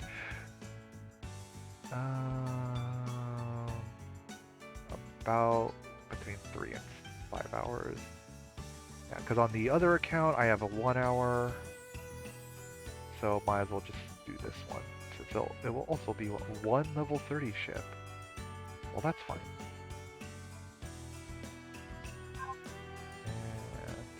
And my lab is done. Go. Well, I could burn some coins right now, but not cubes. Never cubes. Grant donation. But if I could get away with doing a project that, well, actually I could do this rigging analysis one, but it's a 1.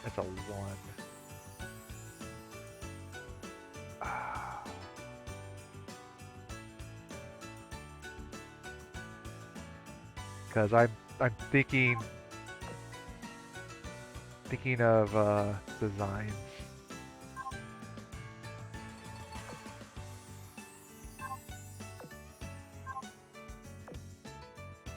What is this one? Oh, it's a cube. No, never eat my cubes.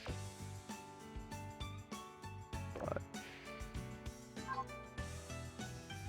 okay, you know what? I'll go with this one, even though it's gonna be 6K coins. Oh, I hurt. Claim coins. Okay, HQ, Cat Lodge. Oh, well, you're gone for 3 hours. Alright. And... oh, you have a talent.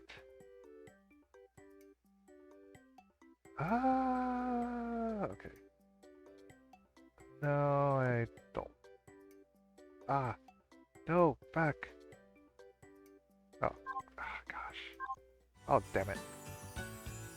Back to the cattery. Because I have... okay, to me, the cattery kind of needs a UI, a cleaner UI, a more intuitive UI. Because... oh, no, not enhance. Oh, yeah. Because to open up cat boxes down here under trained. So... oh. Alright, what did I get? Who did I get? Bunny. Skill bite their fingers. And Eagle. And Asamaru. And who's Tofu? Oh, so Eagle and Bunny were the... okay.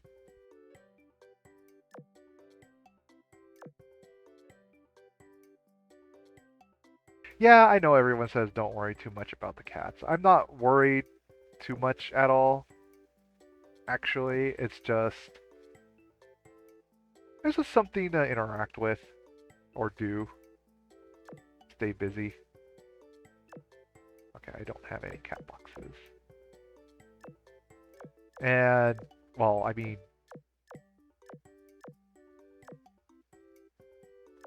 so...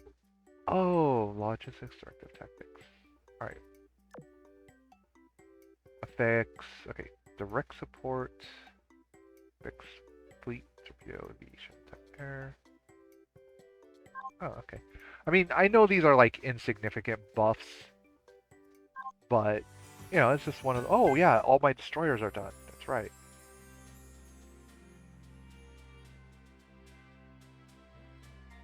Oh, no, wait. Not all of them are done. Like another 10 minutes. Okay. Alright.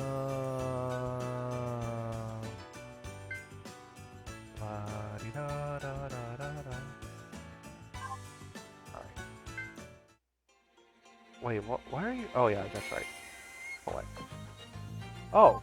I got another cat box. God dang, cat box. No, not Depot Academy. Or HQ, Cat Lodge. Open up another cat box. Start training. Go. 5 hours. Like I care.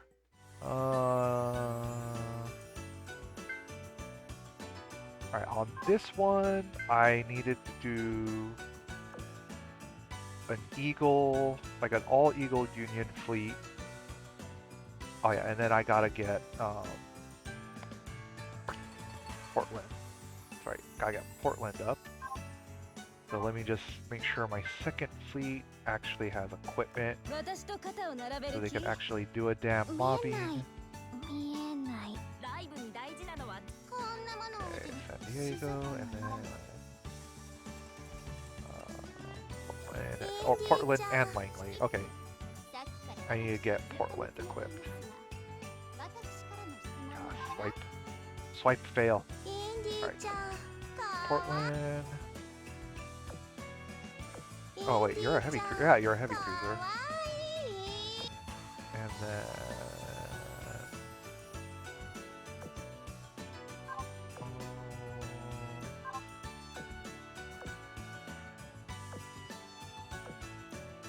just comparing stats. I like this one because it does fire more frequently. Yeah. Just more firepower. And because I do want you to level up faster, I think I'm gonna auto-load you. Because you are the middle ship. So try to get you as many kills as I possibly can. Because the other two ships, yeah, San Diego and Cleveland.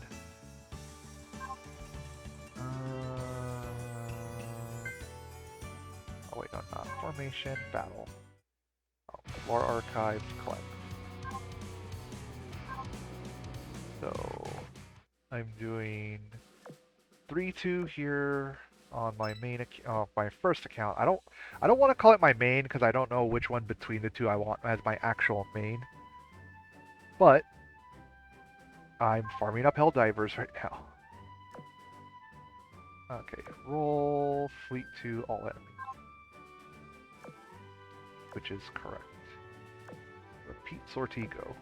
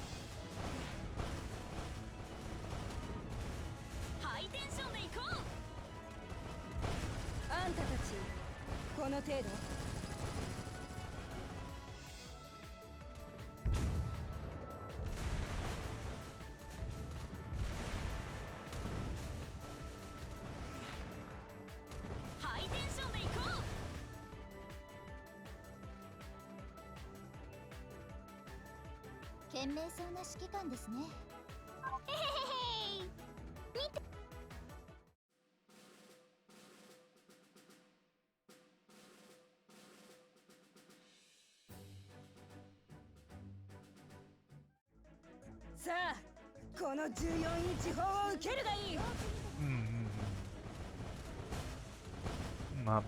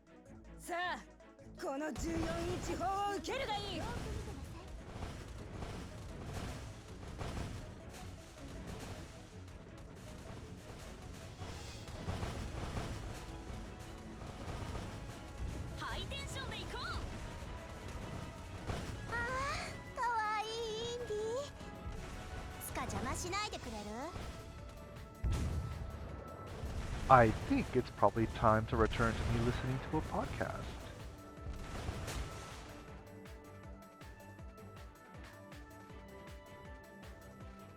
And I was watching well, not exactly a podcast, but Mahler, that's his name. Like, basically played the entirety of the Suicide Squad to document how bad it was. So I'm watching like the 4 hour 22-minute supercut of all the things he's like, yeah, this is like the worst the game has. And I'm like, ooh. So I was in the middle of watching that when I got raided. So thank you again if you raiders are still around. Thank you for sticking. But I don't know. I guess my insomnia has caught up to me, and now I'm head empty, no thoughts. So no more ranting right now. So I'm gonna go ahead and continue listening to Mahler playing the Suicide Squad with the highlight supercut. Wants to tell you that's what's happening. The hell? Was not the one I was trying to hit. Brainiac knew what kind of Pokemon Joker caught. He never would have come to Earth. It was a mistake for anybody to be in this environment. Let's be honest. Soundtrack's very inconsistent that you're having a very exciting time. It wants to tell you that's what's happening. Batman is a room with a mic and really good Wi-Fi. Yeah, he's just been commentated because why wouldn't he? You know? Be warned against further interruptions. Oh boy, I took your first 15 warnings and I was super spooked by him. It just looks like a Fortnite PvP game, but you're fighting the mentally handicapped. Okay, it's exactly like Fortnite. Yeah. Just bumping into random shit and shooting it, that's all I'm doing. It's funny that the founders of Rocksteady left the studio and started their own before this was even on early access. And the 7 writers of this sludge never worked on any previous Arkham games, by the way. Makes complete sense. Buffer Boomerang's accent is hardly different from Rangs' exaggerated spoof one. Yeah. Yeah. Fucking I am alright.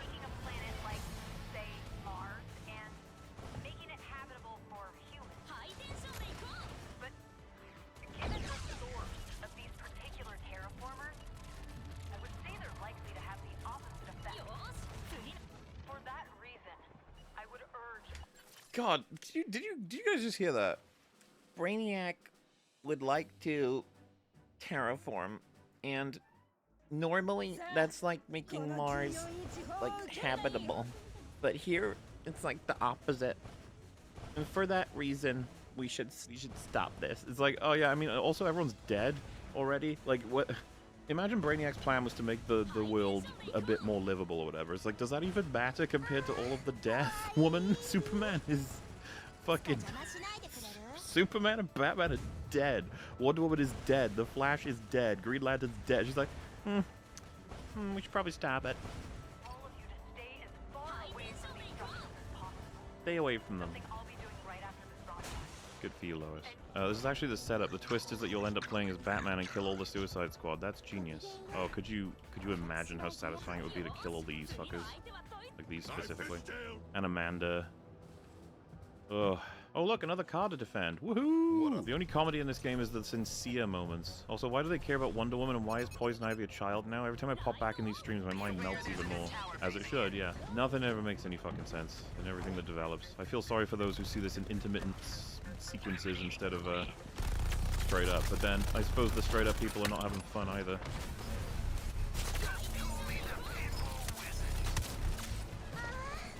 Don't reference that song. So, now that I've done all that,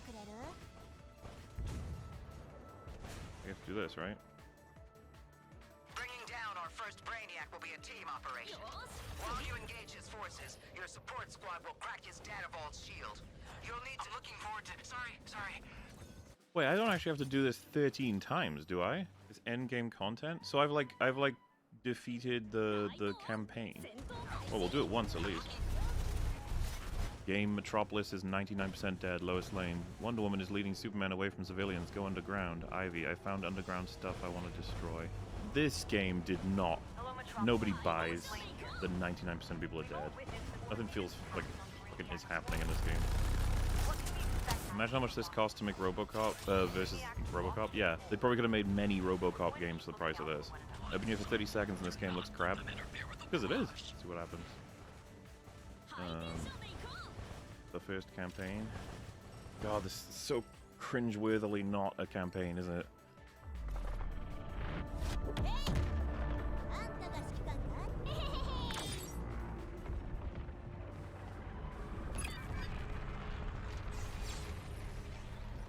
Time's ticking, and you have ancillary objectives to clear before hitting the vault. What? Now it's on you, Task Force X. Take this extra-dimensional asshole out. Good God, woman. This sounds like a job for the data gathering truck. Okay, team. It's time to take on our biggest data gathering exercise yet. Is it just gross, the whole thing? Agreed. There's random shit everywhere. Tim is his son, even locked him in base in Batman Arkham Knight after learning the virus and it was too strong. You could tell they were like playing with being, referencing anything that you actually care about as well with that scene.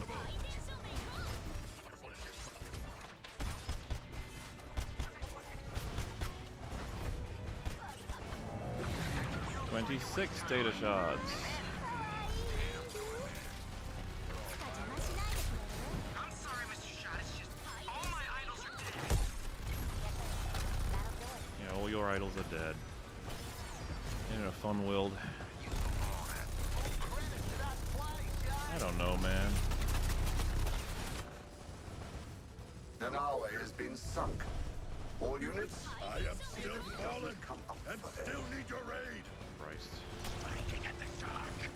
I mean, you know, if anything's gonna kill a shark, it would be fucking water. So things of fun to note. Mauler is playing the shark character who has an ability named Strong Swimmer, but he can't actually swim in the gameplay. The computer-controlled characters don't seem to do anything aside from reviving you, like when Mauler is fighting the cannon, and the weak point is exposed. Unless the player is attacking the cannon itself, the HP doesn't move, so the AI is most certainly not attacking the weak point, and they don't seem to be aiding with the collect MacGuffin objectives part of the mission. Man, how are we gonna do the Batman fight? What if we made him a giant demon with freaking laser beams?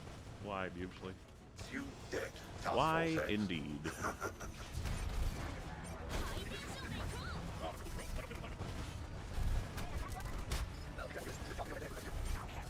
Yep.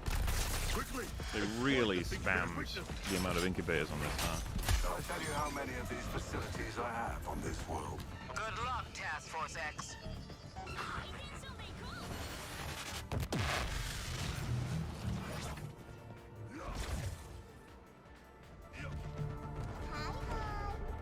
Okay.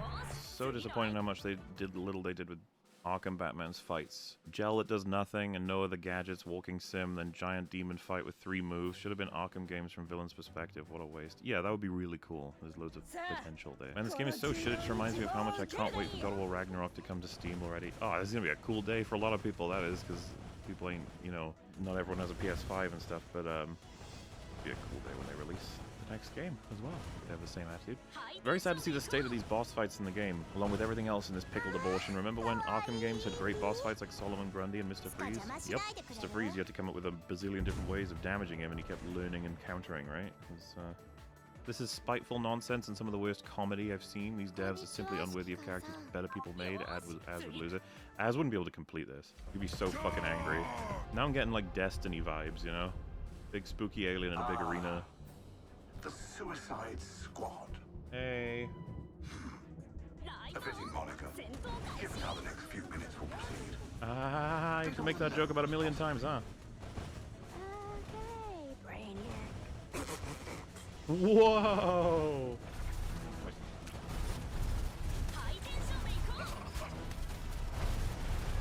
Doing all them fights over here for about 10 years and figure out the meaning of life. The fucking game is ADHD riddled. I fear I'm losing my impartiality.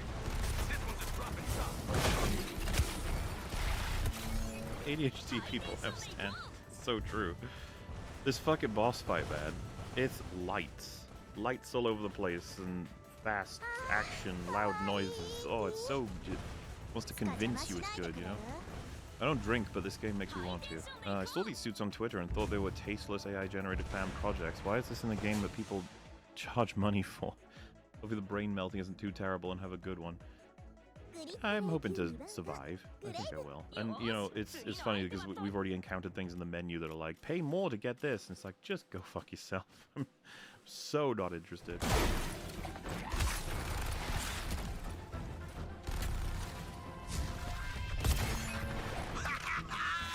Now it's a field test.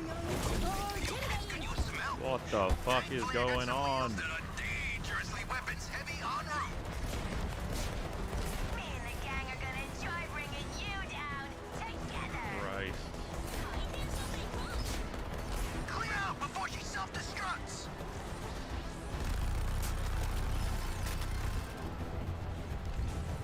There's an insane amount of stuff everywhere.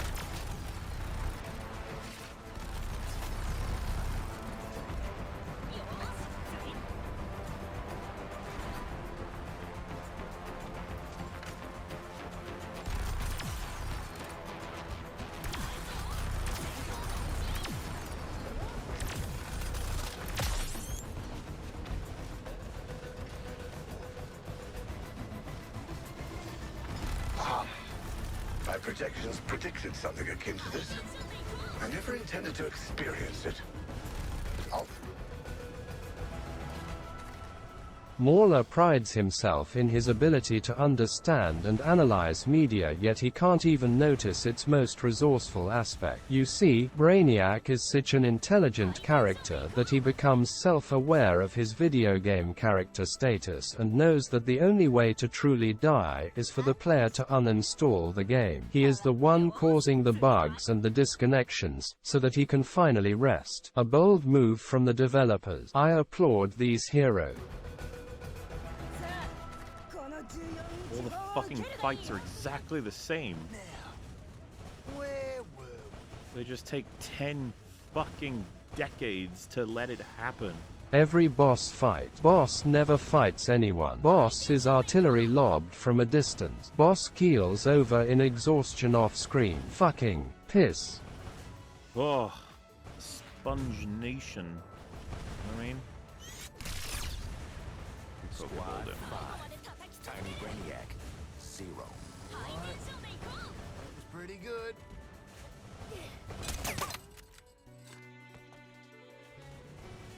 You straight up executed the damn Batman. Yep. What if that broke it? Why even think about something like that? Why would you even consider that? Why would it matter? It's fine. Just shoot shit randomly. He does it a lot in the whole game. He just shoots shit. Always works out, you know. Superficial, mean-spirited game by mean-spirited people with no respect for DC. No way they could have respect for DC with a game like this. It would blow my mind. Hey son, you learned the context yet? Yes, we've got pretty much all of it. As far as I'm aware, we're at the end of the game. Like, actual end of the game. I think this might be one of the last cutscenes. You imagine killing fucking 12 Brainiacs. Jesus.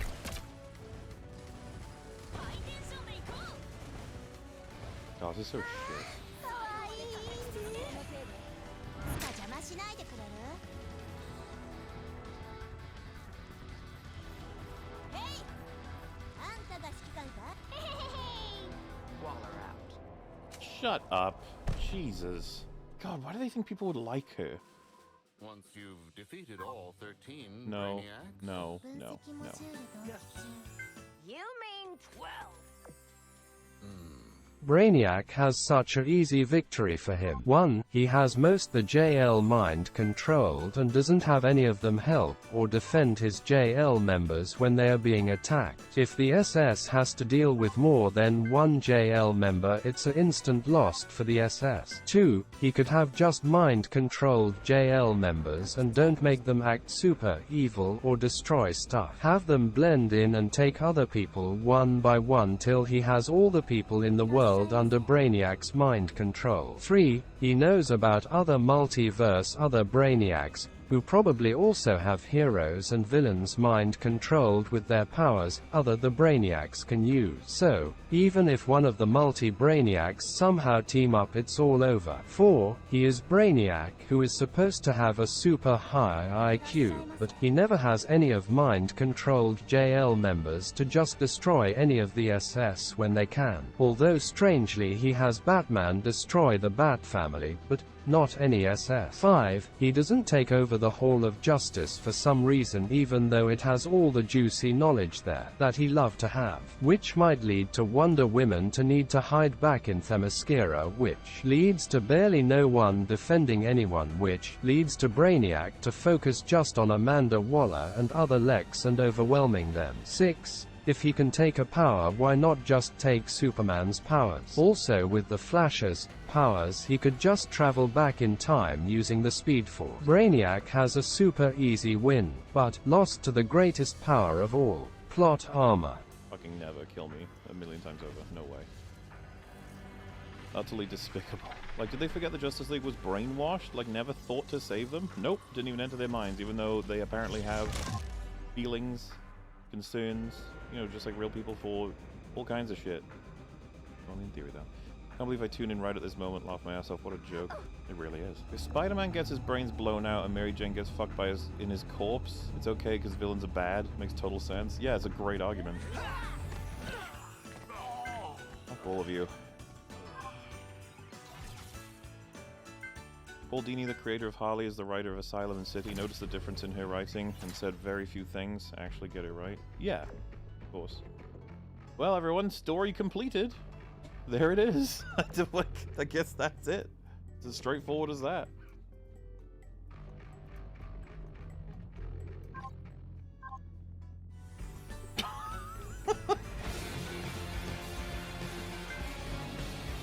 Holy shit. Shut up. So fucking loud.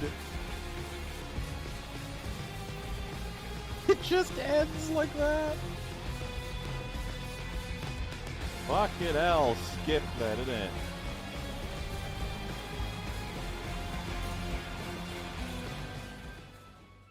God.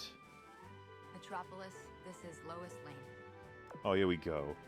From all reports, it seems that Batman is gone. Yeah?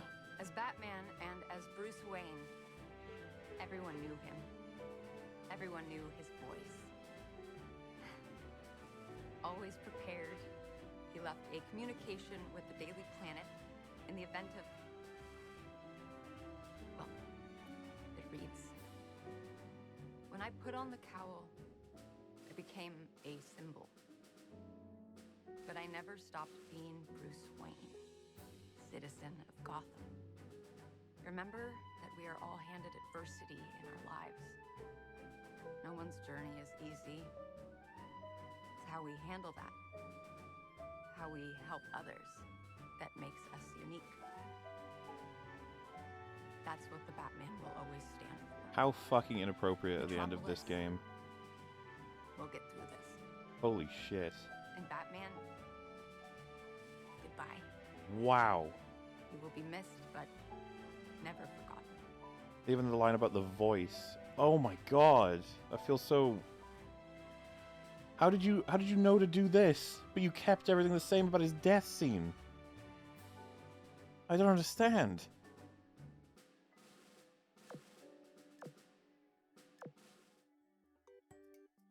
How can you put this on the end of this game? Oh. An iconic piece. You could say I'm... Shut the fuck up! Oh. Constant talking, constant notifications, constant unlocks, colors, explosions, quips, talking. Kevin's eulogy being immediately followed up by a loot box popping up and a funny quip from your character describing what they got sadly perfectly summarizes this trash heap of a game. Sound. Oh, good god. The fight against Brainiac will continue in Season 1 and beyond. Expect new gear, Elseworlds, and squad members as you chase Brainiac acts across Destiny. More DLCs, content passes, Services all ready to go. That's how you play video games. I'm sure it's wonderful and amazing, and everyone's going to be so excited to do so. Oh, just my favorite thing. Video games. Love them. Let me out. Go get 'em, Tigers. God, it's so gross. All of it's like so corporate and please buy more things. They're like advertisements. Like, you think it's a video game, but it's just fucking advertisements everywhere. Both Superman and the Flash have said it's not often I get to cut loose, and yet then they do this. Just end them, Superman. Oh, I would have loved it if they had been killed several times in this fucking... I refuse to accept this is canon. Fuck this game. Yeah, nobody will be. This needs to be forgotten. This game needs to go. It needs to be binned. By the way, has anyone mentioned how much of a power vacuum killing all the heroes creates? Who's going to stop Doomsday, Darkseid, Mongol when they invade? Doesn't matter. They're all dead. They're all just dead. Fuck it. Watch Superman say I'm not a fan of justice. Oh, I'm sure that was line was in there, just didn't activate, you know? Didn't trigger it. New support squad missions. Kill in time. Metropolis invasion levels. Mutators. Mastery levels. New notorious items. Bane infamy sets. Incursion missions. Are you ready to get back into the fight? Dude, the fucking end credits and the way this game ends was so funny. It just goes... Like they were like, I guess that's the last cutscene. Should we have some kind of ending in any way? It's like, nah, it's fine. Just throw up a thing and then go hardcore to like a into the credits, and we'll just that'll be it. It's just the end. Anyway, back into the game. You know, because there is no end. It's just content, slurry, stuff. Shut up. Christ. This feels appropriate. It's like what they did to the world. Just obliterated. The entire population are dead. All the heroes are gone. There's fucking a billion bad guys. Everything's corrupted. Broken. Yeah, you know what? Let's spare everybody. It's about time, isn't it? While we talk about, well, get some the messages read, but we can just mute the incessant non-stop dialogue. It'll be great. Oh, okay. I love the fucking noises just constantly happening too. All kinds of alerts and satisfaction. The pure zoomeriness of this game. Zoomers demand better, okay? What a dumpster fire of a game. Why these jackasses feel the need to do this travesty is beyond me. It's beyond us all, mate. Like, why did this get made? They destroyed Brainiac's character. Brainiac didn't even stand a chance. It's absolutely baffling that he was able to defeat the Justice League. And then they were beaten by the Suicide Squad when corrupted and teamed up with Brainiac. For some reason, none of them help each other out, except in early cutscenes where they're allowed to. Oh look, Riddler's trying to talk to me. Too bad, you're muted. Wonder Woman's bio in her codex is the goodies section, compliments her for taking on toxic masculinity. For real? They've solved so many of our society's ills: broken democracy, lagging technology, toxic masculinity. That's so fucking silly. That's what you feel the need to mention. I love you put that next to broken democracy. Sure, man. Hey Muller, if this game was a Justice League game instead, but with similar gameplay, how would you think it would be? Well, I still would criticize it for the shit writing and the horrible gameplay, even if they respected the characters, because apparently they're not capable of writing. And the gameplay was fucking abysmal. I don't know how you guys can conclude anything else from what you saw as well. And I wasn't even bad at it. Like, we got stuck once, and I died, I want to say like a grand total of about 5 times. And I was on the hardest difficulty. And I'm not some fucking hyper pro player, okay? Muller in chat, I just want to remind you that this time is a finite resource. Please don't waste it playing terrible games. Good luck and Don bless. Oh, well, that's the idea here, I would say. I think I would have prevented many sales of this game just by playing it. I'm hoping that at least, you know, a percentage of the audience had some intention, or a 50-50 thing on whether or not they would want to spend money on this, and have hopefully seen this and been like, no fucking way. I would absolutely agree. Put your time into fucking anything else. Absolutely anything else. This game is abysmal. It's designed to mine money out of you. Designed to keep you invested with nothing meaningful, just rewards, constant stimulation and rewards. It feels like it was built in a lab, and it's gross, and it's not what games should be. It's not what games are capable of being. Green Lantern's goodies codex is an absolute joke. Shows how little they care about the characters. Oh god. Look, I barely even know the guy. Past reputation, architect and marine, probably was an honor student, wholesome all-American white picket fence type stuff. Kind of guy that makes you think, oh, one of the good ones. That's before getting some alien jewelry and becoming a space cop. Shouldn't have he have been on, like, Mars or something? Some distant planet, not in Gotham, interrupting my business? Man, I don't even know what you want me to say here. I guess he's a good role model for the kids if you want your kids to grow up being know-it-all narcs.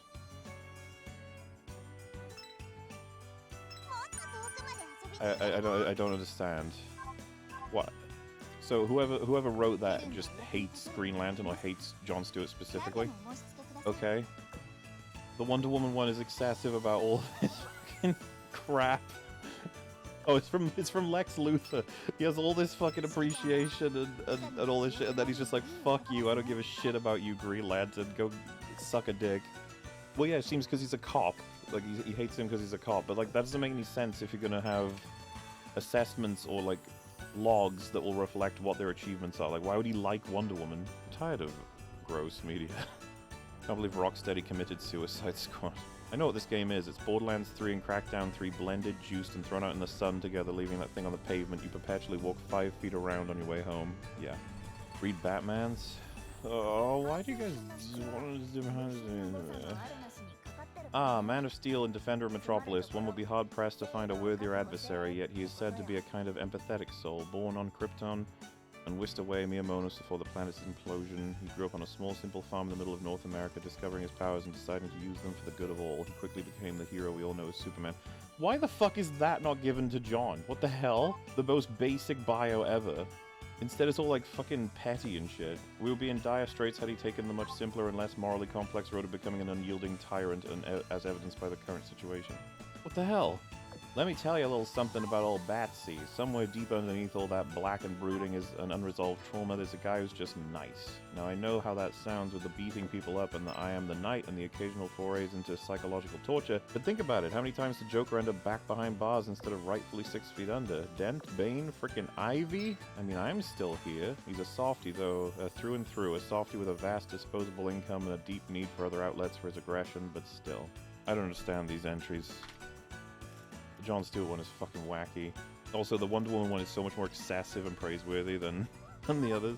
Cringe dialogue, cringe VA, Floyd race swapped again, disrespect, double standards, bad story, depressing end of great characters for the sake of being edgy, boring character combat, samey game loop. I don't remember Tara being this bad in the older games. Why bother saying the actual Floyd is an imposter when you could just say this is a different guy? This shit is a mess. I hope Rocksteady thinks this was worth it. Also, character designs are a mess. More than half are just generic looking, and the classic outfits still have the garbage new designs on half of them, ruining the point. How do you feel about the game so far, and is Red Dead Redemption 2 in the near future? Probably not in the near future, and I kind of hate this game. I think it's pathetic and disgusting and just worthless, and nobody should play it. You could say I'm not exactly happy with it. Genuinely feels like Lois's broadcasts are from a previous iteration where there were resistance forces all about, but then they got stuck in the 97% KIA. Her reports sound like Gotham is mostly okay, but there's been attacks in places, you know? Doesn't feel like 99% of people have been wiped out. It's more like a fleshed out Fortnite campaign. The Fortnite campaign the game was intended to be before it went in on Battle Royale lane. Oh yeah, there's modern shit is splayed across all of this in terms of a designed game. Insane how well written and sincere the JL cartoon was for children, and then you have this written for adults. Arkham games also clear this hard. This gets cleared by almost everything, man. I'm not even kidding. Pissing on the shoulders of giants. Yep. If you think I know how to play this game, I don't. Mulbonius bangers. Also, this game has the most noise, both visual and sound. Make it stop. Yeah. Absolutely. You're gonna start speaking like Luthen Rail after this torture. I've given up all chance at inner peace. I've made my mind a sunless place. I share my dreams with ghosts. Thank you for your sacrifice, Molly. No problem. Like I said, I think I would have done more damage to this game just by playing it than most advertisements, I guess. No, Rocksteady, you do not get to do this. Nope. Literally just staple on the eulogy. Yeah, it doesn't feel like the game at all felt that way. It feels like something they were like, oh shit, put that on the end, please. The thing is, you can still change it. You still have plenty of time to change it. You could do whatever you want. It's so easy. You could have Harley goes to shoot him, and then she knocks him out, and then we find out he's, you know, he's captured, and then, you know, story-wise, just have a throwaway line that we're dealing with him, we're trying to cleanse his mind or whatever, and he doesn't have to be in the rest of the game. You don't have to change much. And hell, even if some things didn't make sense, I think people would appreciate it. That was so disgusting, I don't have the words. Nope. But this game is pulled and deleted like the Avengers game. This is not canon, it lacks the soul to be. Oh, we can only hope it gets the fate of the Avengers game, taken away from fucking humanity, placed in Pandora's box and shut forever. I was gonna buy this game for the shits and giggles, but having gotten a migraine from just watching the stream, I will not. Yeah, I mean, that's at least 2 that I have denied. Watching this was horrible. The gameplay sections were mind-numbing and headache-inducing. The only relief was getting angry at the cutscenes. Why? Why indeed? All the wonderful component parts that makes a video game, they kind of fucked them up, didn't they? Round 2? Could you imagine me fucking streaming this campaign again? I gotta go, that post-credit shit pissed me off. Hope Rocksteady closes, this was disgusting. I don't want another game from these people. No thank you. Can you go maybe make them design like a pixel art game where you can only jump and just see if they can get that right. If maybe they make that good, then we'll give them the ability to walk left and right, and we'll go from there. No characters. They have to earn the right to have a character. Rocksteady's going to suffer layoffs, or maybe a closure after this. It's been like 8 years with no game, and this game likely won't even break even on its own budget. Never mind making up for their canned Superman game. I'd like to hold out hope the Batman tribute at the end was sincere and the devs were just woefully unaware of how bad the optics were. I'm sure it was. I don't know how people wouldn't be sincere when saying thank you to Kevin Conroy for all the amazing work he did. But at the same time, it just, how do they not see what they did with this game? That's what we're trying to point out, I guess. It's like, it's just ridiculously incompetent and downright distastefully disgusting at certain points. Some of it was intentional, obviously, at least. But yeah, I wouldn't deny anybody's, you know, grief with losing someone like Kevin Conroy. I understand that completely. I don't know how a eulogy to a voice actor I love can make me feel so violated and disgusted. It's because of it coming after all of this. It feels so dramatically inappropriate. And being sandwiched as well between all of this bullshit, the modern... Like, you saw what happened. It ended, and then King Shark is like, oh, I've got a new gun! It's just like, oh, God. They clearly slapped that on, just like they slapped the ending onto this game as well. Just like they slapped the campaign onto this. Send Rags a picture of the pump-action lever shotgun. I don't think he should be made aware of this. I joined at the end, and this alone is enough to not make me want to buy the game. Would unironically rather play Gollum. Gollum is a happier game. Did the context make things better? No, it did exactly what I expected, which was gonna be, it was gonna be way fucking worse. Which is honestly the most common thing to have happen with something that looks awful on the surface. You dig in, and it's absolutely dreadful. Specifically, it's not even it's good they have a eulogy, it's just so tone deaf with the rest of the game. Like where it sits in, you know, in between the events. Read Flash Codex. Alright, yeah. All you need to know about Flasher is that he's a shiny red beacon bastard to every high school sports captain who ever thought they were better than you. You're just making a living as hard-working rebel, and then this guy shows up throwing his weight around, calling himself the fastest, the funniest, the best. Who asked, mate? If he was any more full of himself, he'd have little flashies dripping off his nose hairs. Okay, so they hate the Flash and Jon Stewart then. How did this stuff get approved? It doesn't get approved, does it? Someone has the responsibility of writing it and no one checks it. That's how it happens. Wonder Woman's is like, good lord. Enter Wonder Woman, so named, I assume, because one wonders why a woman of her caliber and ancestry would leave paradise to play in the mud with us. And then you have Batman. Well, you know, he's a guy. He's pretty nice, I think, underneath all that. You know? Clark Kent, basic fucking Superman context, and it would be bad if he was evil. Okay. The Flash, fucking obsessed with himself, little bitch, whatever. Jon Stewart, God, I hate this guy. It's just like, what the hell? Why would Luther write these this way? And why wouldn't you make it if these are like codex entries? They would all have a basic bio, and then you could have an opinionated part. You should do annotations at that point. Oh yeah, there's way better ways to execute it. You have the basic bio so that you have it for anyone who's curious about where the characters come from if they didn't know. And then you do like little editorials or whatever from whichever character's relevant. You could have it for multiple characters, it doesn't matter, but the Wonder Woman one's just funny. I don't know how much money you made on this, Mola, but congrats on making more money than Rocksteady did on the game. We'll see about that, because like I said, I have some cynicism about the popularity of this game. I don't know if this stuff actually works. I guess we'll find out, but I certainly hope not. I feel like it's time we say goodbye and never play this ever again, uninstall immediately. And we thank the things in our lives, whatever they may be, that aren't this.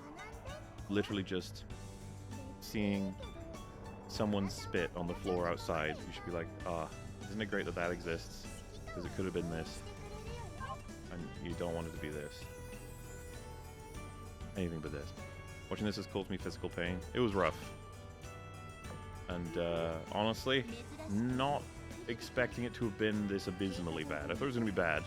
Didn't quite expect this, but it was an adventure. Yeah, you know, it's like, what's the worst game of 2024? Well, we've got a pretty good entry already. So you guys would agree on that. Who knows if it will be the ultimate one. In any case, thank you all so much. That's going to be it for now. You have a nice day, nice night, nice afternoon, whatever. I shall see you. Bye-bye.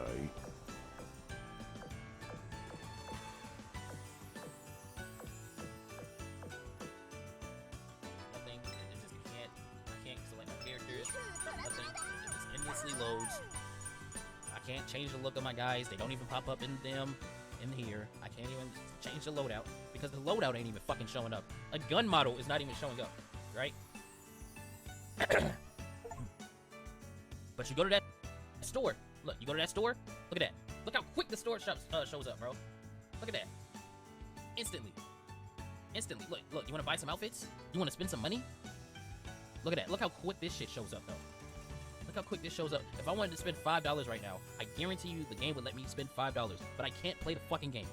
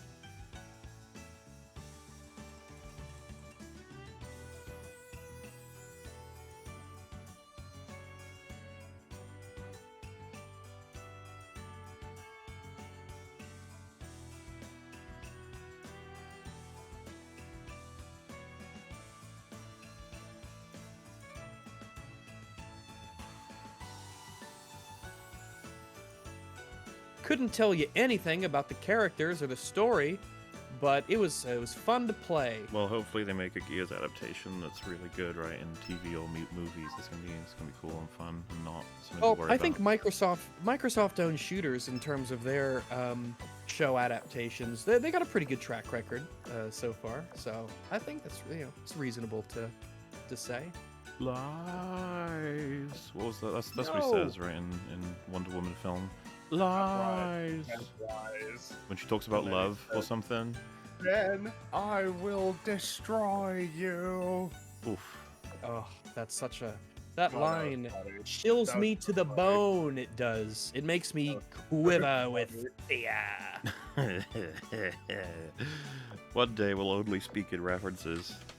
It'll be a different language. It'll be quotes. Our lives will turn into Darmok? Is that what you're saying? That will be our life?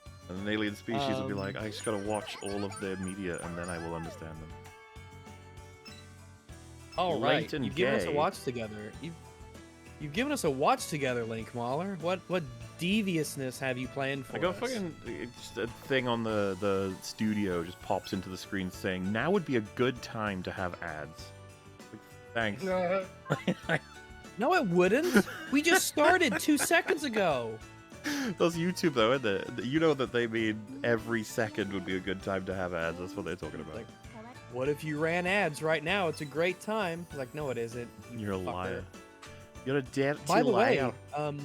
I guess I never noticed it before, but YouTube has like a whole section of movies that are free with ad breaks in them.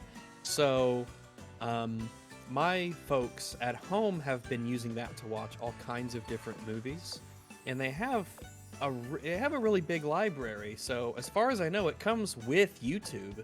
YouTube just has this big list of movies you can watch if you can, stand ads every once in a while. But not a bad what is it called? Free with ads movies. How do I find the? Oh, I think you click on free. Oh, YouTube Movies and TV is the channel, and then they have browse and free with ads, and they have all sorts of stuff. They have a season of classic Popeye from 1960. They have the Ghost Stories English dub. Oh my goodness, yes. Oh, Fringy, they have all 16 seasons of Red vs. Blue. That's interesting. Oh, okay. What else they got on here? People saying I lied what a that we're weird doing mix. an EFAP Suicide Squad. No, it's called The Fate of It. We're just gonna talk about where it is right now, okay? Because it's funny, but we'll do that later. For now, we're talking about the other thing in the title. Good lord, all right? All right. Give us a chance. Which, to be fair, we may as well just get into. You all Might as know. well. This is this funny thing that we do sometimes, where we look at like the rest of the world's perspective on what's wrong with the MCU. You guys know as well as we do that the problem is the horrific writing and the horrible sort of approach to script writing, basically. Like the respect of the craft is gone, and that everyone wants to create a really grand narrative about exactly what the problem is, and they come up with all kinds of crazy ideas. Unique insight. They have the key to the success of the MCU. If only they would listen to you. But yeah, like hiring the wrong writers, people with no experience, and then people who don't respect the process, and then not spending much time on it, and then not having a script to start before you go. All the foundational stuff that just crashes and burns everything. They've done it over and over again. We have all the information to reflect it. All the videos that I've done on Doctor Strange and Quantumania, they dig into like the assembled and all behind the scenes stuff, and you just get quotes that are really, I think, made to indicate that there's a passion and a wow, we did this even though we did this. And then you're like, oh wow, you did that. And then they're like, huh? Well, no, I mean, isn't it great that we made something so cool despite that? You're like, probably revealed too much there, especially when knowing the only thing from Disney that we've very much like unequivocally enjoyed and consider pretty damn good is the thing that we found out was redrafted several times in recent years. I mean, of course. So it's kind of funny, but thus it's relatively simple for us. But we've got a video. This was recommended by, well, I guess I could say the EFAP community to an extent, and so we're gonna check it out. It's called "The 5 Things Marvel Can Do to Save the MCU." Now, okay. Dear Kevin. Yes, that's the yeah. But what I was gonna say would be fun. This is a good old-fashioned core EFAB host episode, right? No disgusting guests ruining everything. Just No us distractions. Yeah. We're gonna have Fringy and Rags, and you have to. We'll do Hello. 5 each. Maybe that makes more sense because I don't want to make you fucking stay here forever. But you've got to do separate ones, one at a time. Guesses for what will be in this list, and then we'll see. We'll give you points according. Okay. So. So 5 things Marvel can do to save the MCU. Yeah. What do you imagine will be in this video? What would a video like this say? Yeah. What's this video's opinion going to be as to how to save the MCU? I'm gonna go ahead and guess less to no multiverse going forward will be part of the equation. Okay. Rags, your turn. I think, God, I'm half on half on whether I want to say the literal opposite of that, of More more multiverse. multiverse, just do it right. But I'm gonna go with more references to the comics. I think that's a Okay. fair guess. Yeah, some of these, like, say, for example, he said, be more faithful. Would that count? Or would you say it's a different thing? Maybe. Depends on what he maybe uses as a reference, but probably. Like, being more faithful to the comic book origins and stories. All right, Fringy, your second. X-Men. X-Men. Just X-Men. Bring in the Yeah, X-Men. just Yeah. X-Men. Got the X-Men. Okay, Rags. I'm gonna go with more cameos, more like interconnectivity between movies in regards to characters. So like characters being in other people's movies, not having movies be like one person's solo acts that focus on them. but we need to have more, I guess, bleed through in terms of when characters show up. Mm-hmm. Springy, you're number 3. I would imagine that he's gonna say that there needs to be a clearer overarching narrative structure, like that, Like a there singular kind of villain? well, in the same way that there kind of was an overarching structure leading up to Thanos. My guess is that he's gonna say that we need like a proper overarching structure. Okay. Rags, you're number 3. Classic costumes. That's a good guess. Straightforward, yeah. Springy, number 4. Okay, so a fourth one. Less TV shows. Interesting. Rags, number 4. Wait, is it? Didn't Kevin himself say that? So hasn't that already been said as part of the plan? Maybe he might say it anyway. Maybe, And maybe. Kevin I didn't suppose say that's that. true. It was, Bob Iger said that. Less Okay. projects in general. Oh, Bobbit. Huh. Yeah. If I was him and I was looking at it, what would I say that they should do? Maybe we need to have less injected comedy. Less out of place comedy or more tonal consistency. That's fair. Springy, your last one. Oh, and I will get bonus points if he specifically mentions I'm blanking out on his name, the Avengers writer. Joss Whedon? Help me. Joss Whedon. If he specifically mentions Joss Whedon, I get a bonus point. I like how you just ordained this extra rule, like you get a bonus point, where I have no bonus points baked into my answers. You gotta seize those opportunities to make up the rules as you go. Well, I suppose my fifth answer is going to be something to do with CGI, something like less CGI. Ooh, yeah. CGI is a general umbrella. I don't know how he's going to convey it specifically, but my guess will be that there will be criticisms of CGI that ultimately amount to either less of it or it needs to be better. Real costumes, probably, because I had said like more authentic costumes, like classic costumes, but yours would be a good one for like if he said like actual costumes, not having everything CGI'd on faces and things like that. So I'm guessing that's a good one. That will be here. That'll be my number 5. Oh. What does that leave me? What would he say? That's the thing, because we would say dumb stuff like well-written characters and plot lines that make sense, crap like that. So what would he say? What do people want? People want something to do with hiring particular no, maybe he's gonna say stop hiring super famous actors and hire people who care more about or only hire people who care about the comics. Only hire people who really care about superheroes. Don't just hire people who don't care about the stuff. All right, and that is 5 for each of you. Is there any sense that you'd like to change your answers, but you can't copy the other person's? I will say, I would never have guessed Rags as number 5. I don't think he would. I don't think he'd have any perspective on like who the actors are. That would be my assumption. Whoever they are is whatever. Maybe I can't really remember about comic books or not. I think he might do that for like writers, maybe writers and directors, but I don't think it would. Maybe, yeah, maybe. Can I make that 5th one sort of like a general overall? Have more? Well, I already kind of did that with my others. Yeah. I've offered you. You could both change your answers. Just don't. Change, yeah. I don't want I'm to. thinking I might change my.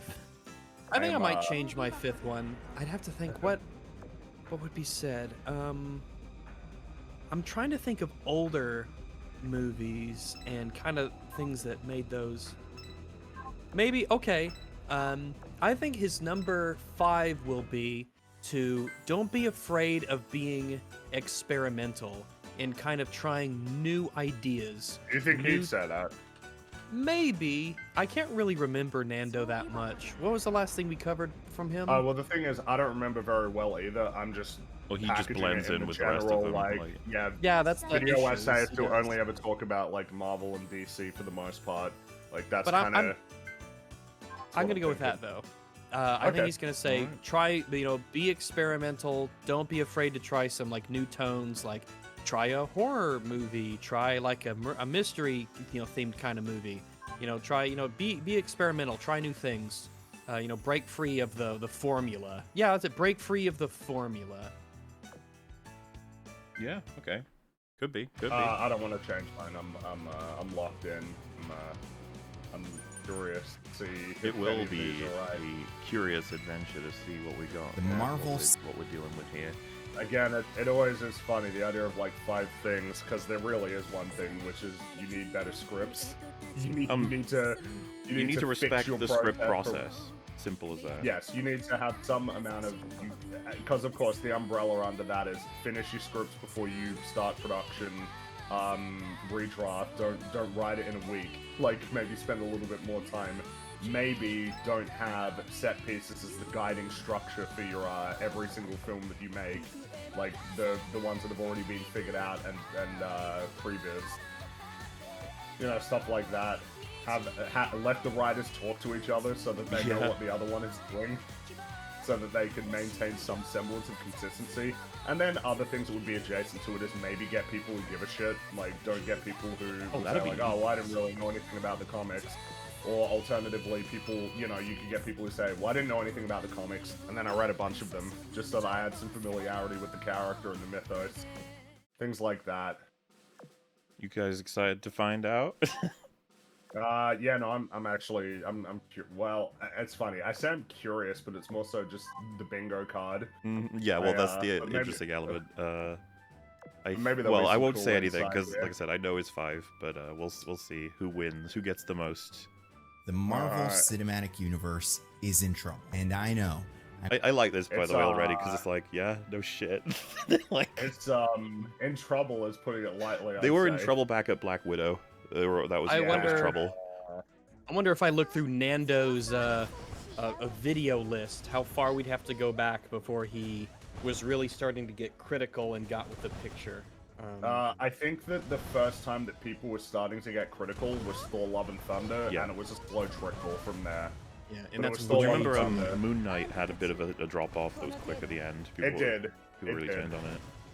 That was because that was 2022, but because it was more so the reason why Thor feels noteworthy is because that was the first time that there was a negative reception when it came out. Not 2 weeks later, not a month later, not 2 months later. It was when it came out, people were unhappy with it. These kinds of videos are so behind in the conversation. Like I said, 2019, well, we're talking about the trouble that the MCU is in. Because they're lagging.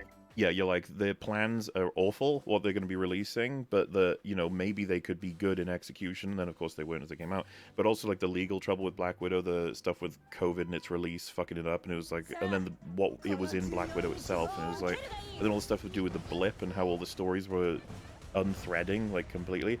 When was Loki again? That was, like, the 3rd project, so I think that was, like, the middle of 2021. Yeah, so because that was we were like, oh, it's dead.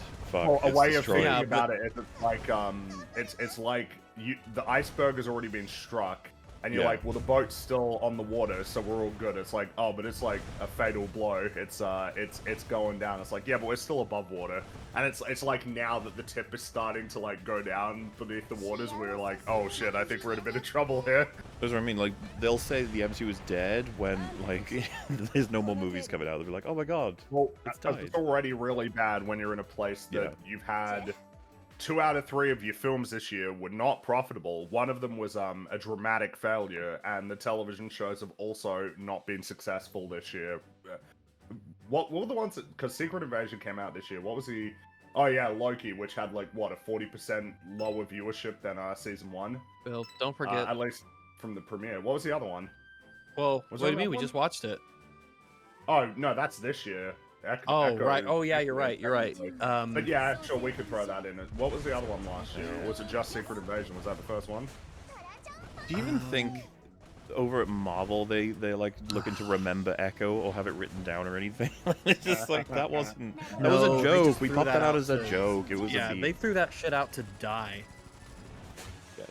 Oh yeah, I don't remember. I mean, the fact we can't remember is it's weird because I remember all the Star Wars shows.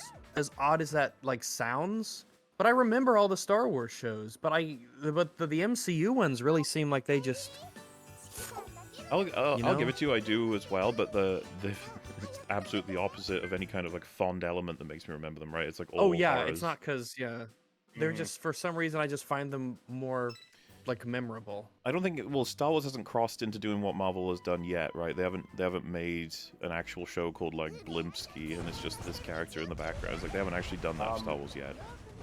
I guess what's interesting is that Andor could have been. Like that is funny, because actually. Like, you're making a show based on one of the characters in an ensemble cast for one movie, but because it was so good, nobody really thinks about it. It through cancelled that lens out at all. the. They just think about it, yeah. Because that's what everyone was saying, and I don't think that's unfair. That it's like, why would you make a show based on a character that barely anyone knows? Exactly. Well, it's part of what would have helped, not give any coverage to that show. That would have been. Yeah. It's just like a pragmatic thing. I guess it's the point would be that if Echo was really good, it would have had the possibility to essentially escape the situation that it was in, of being based on a really obscure character that like the vast majority of people haven't heard of. Well, like so, Andor being nothing Marvel show. Andor being praised and recommended is a meme, like within the Star Wars community. That it's like, oh yeah, those Andor fans. Nobody's doing that for Echo. Nobody's recommending Echo. Marvel productions for the last like 3-4 years. Where are the like, oh, you guys, you really got to see Loki? It's like the Andor of Marvel. Oh, how much of that is happening, really? Dude, they said the Secret Invasion was going to be the Andor of Marvel. Yeah, that was hilarious. Oh, look, it's grounded. By the way, we're seeing this. They said it was something else. No, so they said that one was grounded and gritty. Because remember, the strategy was Ant-Man is really important. That was the strategy, and then Guardians was, it's the last one. It's the last one. It's the last one. James Gunn's the last one. And then Secret Invasion was, it's gritty, it's grounded, it's dark. Ooh. And then the Marvels was, it's fun, it's fun, it's fun, it's fun. It's fun, guys. We're having a lot of fun. You're having so much fun. I decided to have fun with this one. Unusual, I know. The first person to say it's not a disaster, and I do think that's true. Many articles. It's a disaster. What metric is it not a disaster? Like, there's so many. Financially, it's a disaster right now. This is the worst case scenario for them. They've been releasing shit tons that are not making like. Some of them money. This is well, and bear in mind the amount of crazy stuff that's happening behind the scenes. Daredevil is being completely reworked to some extent, massively reworked and overhauled. I'm pretty sure they're reshooting like half of the new Captain America movie at this point. Like that film is going. I thought it was even more than that, like because they're switching out. When they done, and then they said it was like I think it was terrible. As I understand it, it's like they're switching out like one of the main groups in the film, like the Serpent Society, the Captain America bad guys, like that they're switching them out, and it's like, dude, what? You shot the movie, and then you just got to completely change. Well, we know and then that of course the Marvels got heavy reshoots, Ant-Man got heavy reshoots, Doctor Strange got heavy reshoots, like unusually the only one that heavy. didn't was Loki. Loki was unique in that it had no reshoots. Season 2, it was unique. It was like the first Marvel project in years that didn't have reshoots. I can believe that because when we were watching it, it did seem to have some deliberate artistry to it. Nothing made sense. Totally nonsensical. The characters sucked balls, but there was clearly work that was put into the cinematography and the set spoilers. They haven't stuff. seen our Loki coverage yet. It's coming out now. It's coming out. Yeah. But yes, true. And also, you look at this year, it's like they're now in a position that they absolutely didn't want to be in, which is they got one movie coming out this year. They got one movie, and in terms of their shows, what is it? Agatha? That's like the other one that they got coming out this year. That's awful. They want 3 movies a year and 3 TV shows a year. That's what they want. Yeah, because they can't do that. That's what I'm getting at. It's so we agree financially and logistically, the functionality of the MCU disaster. It's what else is there? Critically, it's pretty disastrous, dude. There's nobody's talking. Everyone talks about the glory days of Phase 1, 2, and 3. Nobody talks about how Phase 4 or 5 are any good. That's just not a thing. Most people begrudgingly have to be like, okay, fine, I guess, Thor: Love and Thunder, yeah, bad. Moon Knight, okay, bad. Quantumania, yeah, bad. But I mean, Black Panther 2 was really good, and it's like, no, it wasn't. It was awful. So it's like, oh, fucking fine, No Way Home. And it's like, yeah, but No Way Home doesn't really represent much of a flotation device for the MCU, does it? Not with more and more awareness of how everything happens behind the scenes, so... I don't know. I'm just trying to think, what is the metric? And if it's just, well, I enjoyed them, you're like, okay, I That could be anything, I yeah. guess that's not a disaster in that way. Videos tend to really sensationalize things when in reality, I think Marvel isn't doing great, but the fact that they finally had one genuine flop doesn't mean the whole studio. Okay, okay. This is mega cope. This is one mega genuine flop. What do we It's call like a movie Ant-Man. that Ant-Man didn't make its money back. It didn't. Or the Marvels are almost. Well, certainly. he was talking about the Marvels. Yeah, he but was I talking about guess the he Marvels. doesn't- Ant-Man Okay. was not profitable. Is he one of those and people then, that's of like, course- as long as the number is bigger on box office than it is on budget on IMDb, that it's Well, made money? yeah, and of course, again, to have the regular conversation that we have to keep having, companies really care about opportunity cost. If you're spending $200 million and you're making $400 million, and you could have instead split that $200 million into 4 movies that collectively made a lot more money than that, exactly. You're not doing well. It's I mean, not that's enough. essentially a reason why DC completely reset their whole universe. Well, yeah, Black Adam, I think, might have actually just been profitable, maybe, but it's like, that's not good enough. Like, it's not good Yeah. enough at this point. They don't just want to be able to pay off the amount that they invested into any given film. They want to make money. They want to make a lot of money. They want to make the money that they used to make on these Marvel films, where regardless of, like, how the floor was like $600 million, and the ceiling was, you know, like $3 billion. That's what they want. Yeah, it's to say the Marvels is like the only genuine flop. I'd be like, so what does genuine mean? Doing great. I but guess- the fact that they finally I guess had in one his genuine world, flop genuine doesn't means- mean the whole studio's done for. However, And but the thing is, I don't think anybody's saying because the Marvels flop that the studio's done for. It's like, well, no, it's because of all of what's happened. Well, I feel so like that's a the Marvels is gradual just a symptom. decline. I think, I mean, you know, you could tie it up in the broader subject of, you know, superhero movie fatigue, if that's what we want to call it, of superhero films in general are doing worse now than they were before across the board, DC and Marvel. Like, because of course last year was, I think Aquaman ended up actually making more money than Black Adam. It ended up I think so, yeah. It still didn't do. It's like less than half of what the first movie made, but otherwise, I mean, goddamn, like Looks Shazam, like The Flash. Aquaman 2 has made 424 million worldwide. Yeah, which is not good for a $200 million budget, and it's not good compared to $1 billion. But it's better than every DC film since Aquaman 1, which is funny. Damn. But obviously, you know, The Flash was one of the biggest box office bombs of all time.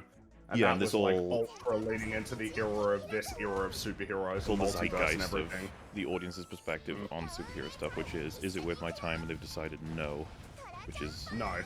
gonna hurt. One of the big problems that they have is that they've still got several movies, and their Avengers movies are meant to be multiverse, and really, the multiverse is kind of like where the stuff that they can still leverage that they didn't create exists, but at the same time, we're already at a point where you say multiverse and people are like, oh, Jesus.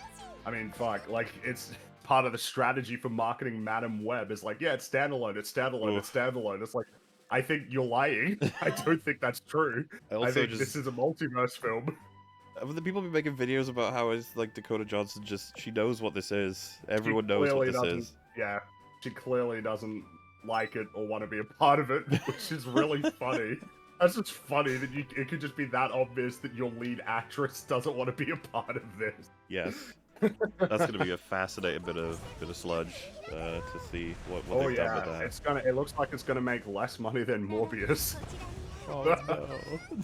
I know. Kevin Feige, I got your letter that was just a bunch of exclamation points, and I want to help. So I'm Alright. going to give you advice. Yes, this is going to be one Yes, of those I'm 5 gonna things give you Marvel can do to advice. And this is not the first time we've covered videos like this. It's always crazy, wacky ideas that wouldn't actually solve the problem, but he says it will, so let's give it a shot. save the MCU videos. But unlike some of the others, this is not going to be one of those videos with vague, obvious advice like write the movies better or spend more time making them or I mean, more those time two- making them. So- those two things would help. When someone shoots himself in the face, and then they're like, "Can you advise me on how to not die?" Be like, "Oh, don't shoot yourself." And then you're like, "Well, that's pretty generic advice." Like, Yeah, but you're doing it. But that's I what mean, you're like, but doing. If it's so obvious, why aren't they doing it? That's the Well, you need to I mean- pound this into their heads. if they spent more time working on these films, that would just give them more time to fix problems. It's like, I think and people to treat this... generate the more problems. visual effects, possibly. But People then treat this there's as a a lot of myth. stuff. The idea that you have a script, which they don't even do, by the way. They don't even have a script when they start filming, but let's pretend they Well, did. they have a They'd script be like, eventually. there wouldn't be any point in redrafting it because whatever, we'll figure it out as we go. And it's like, no, just redraft something once and then look back on all the changes you made and how you didn't have those before and now you do. Swear to God. I've been saying this for years. It's like, just do a redraft and you will then know the value of redrafting. Please, just try it one time. I beg you. It can be boring, sure. It can seem like a waste of time, but you can pay people to do it. Ain't that nuts? Yeah, you can have, hire with all the someone money called that a you're getting writer. made, yeah. That'd be crazy. And yeah, so if someone said like, yeah, that's pretty vague advice, I'd be like, this is the advice they need. I'm not even We can kidding. get specific. Well, I mean, yeah. we can start off by saying, yeah, you need to write better, and then we can get into Well, yeah, we the can't- bullet points of do this, do this, do this, do this, do this. There's no point in talking about like characteristics of heroes and villains and arcs to go on when you're not even writing. Like, we got to get you in the building first. Can't tell you which room to go to. Yeah, we need to agree that there is such a thing as a good script, and you need to understand what that looks like. It's absolutely insane because And of he's course, pretending as spending though more- the script writing process is as intact as you'd imagine it is, but all we know is that it's not. They don't really have a script writing process. No, the process is figure it out as you go along while we, the executives of Marvel, have ordained set pieces that you need to adhere to.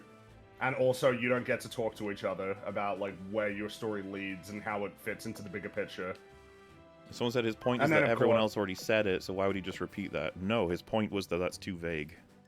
5 things Marvel can that's do right. to save the MCU Don't is don't what he's create saying the here. points for him. He Yeah, said let him speak for that it's himself. vague. He's a big boy. He said that it's too vague. It's not helpful And then, enough. of course, spend more time. I mean, it's a little vague, but I mean, it points you in a direction, which is the amount of time you're spending making these films, increase it. Yeah. Just allow yourself more time to work on it. They 'Cause when at they the- called in Michael the- in the Waldron least- for MOM, they told him, like, yeah, write the thing, you have a week or whatever, and then they told him to scrap it, which he did, and then they said, alright, we've already started filming, can you get in and help us? Write stuff. Yeah, like, if it takes longer and it's just like, hey, you got 1 month to write a script, that's better than 0 months to write a script. Or alternatively, hey, visual effects workers in the mines, In the dungeons. toiling in the dungeons. Yeah, and what's funny Here, then- you have a few more months to work on the shots.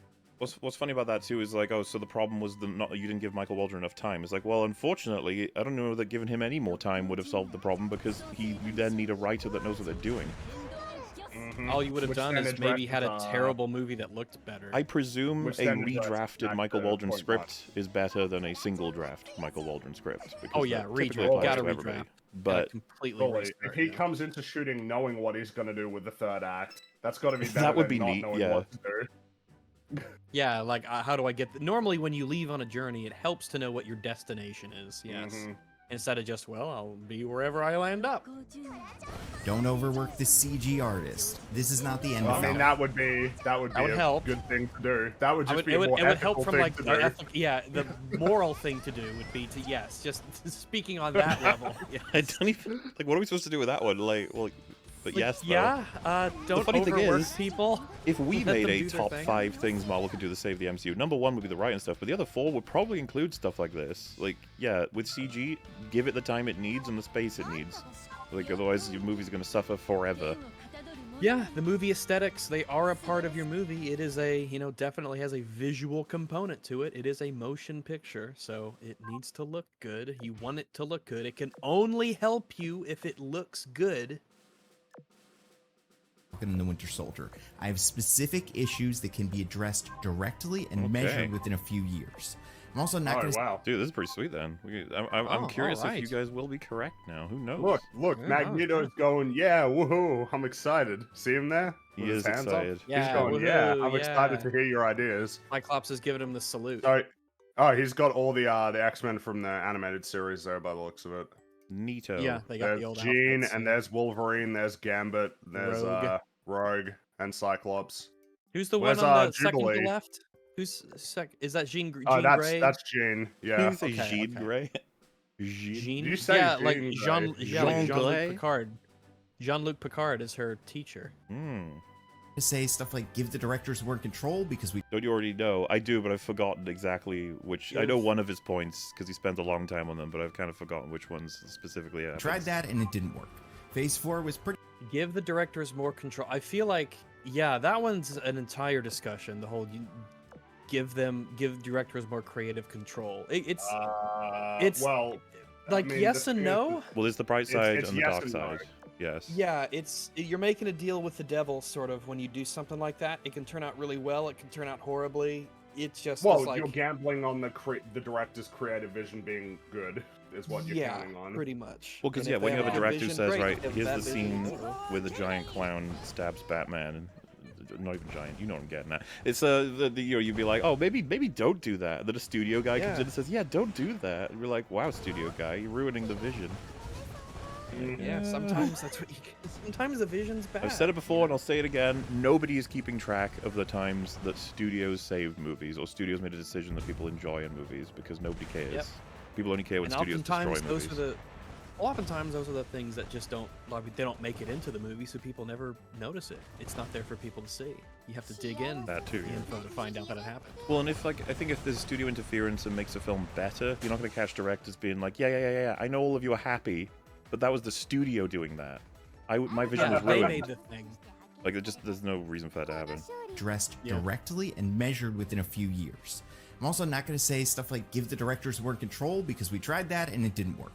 I feel like we tried it with people who didn't have good visions, that didn't use good processes.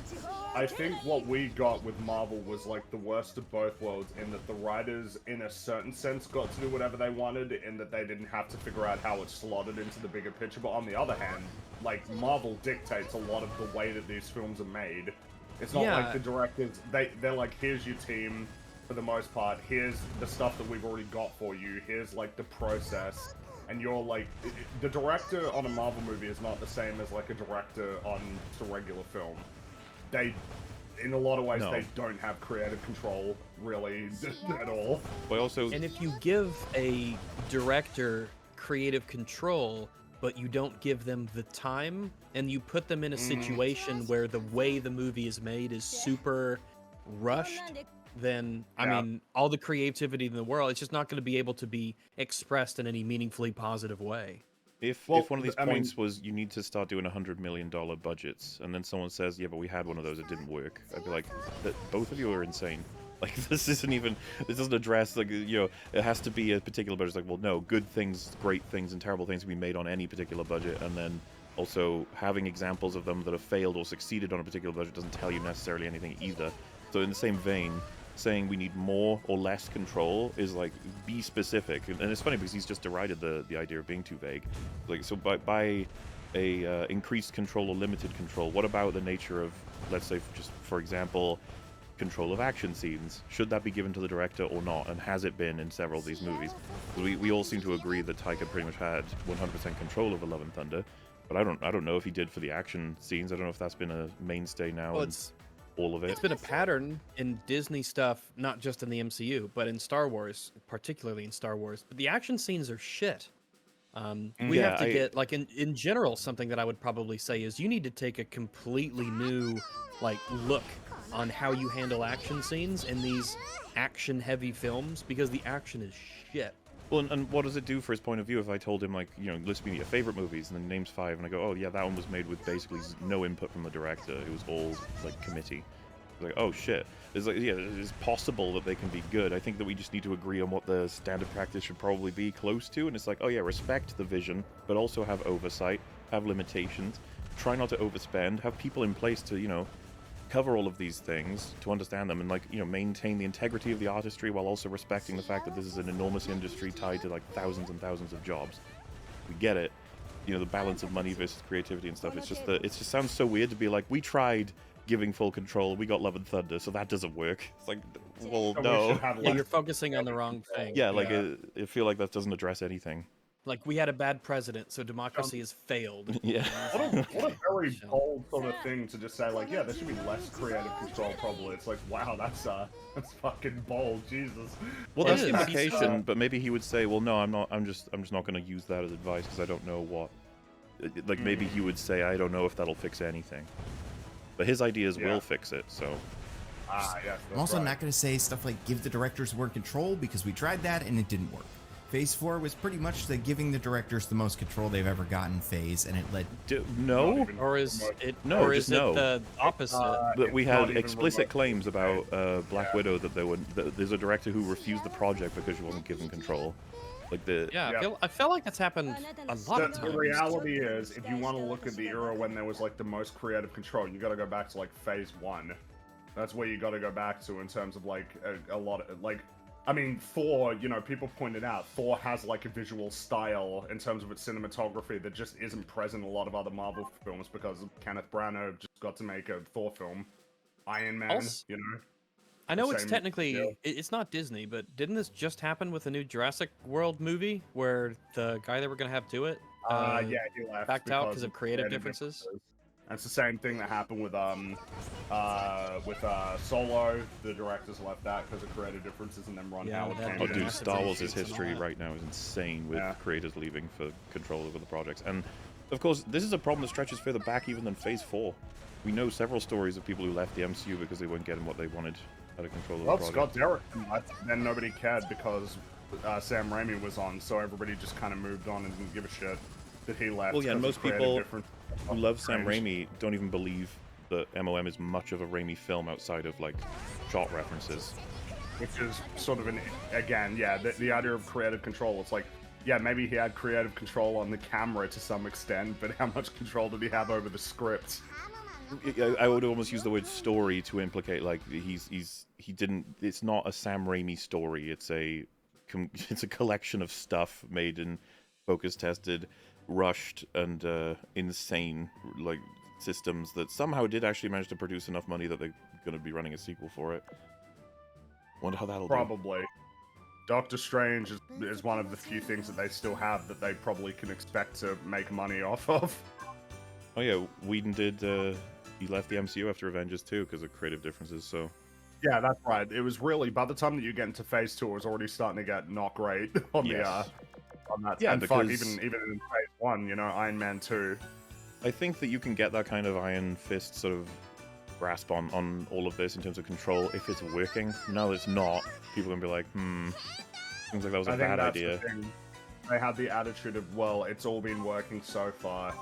I mean, it's funny. There seem to be similarities between the way Marvel does it and that whole BioWare magic thing. You remember the idea of like, oh, well, it always gets there in the end. Except then Anthem didn't work, and like Mass Effect Andromeda didn't work, and it's like, oh shit, yeah, I guess the way that you're doing it is not reliable.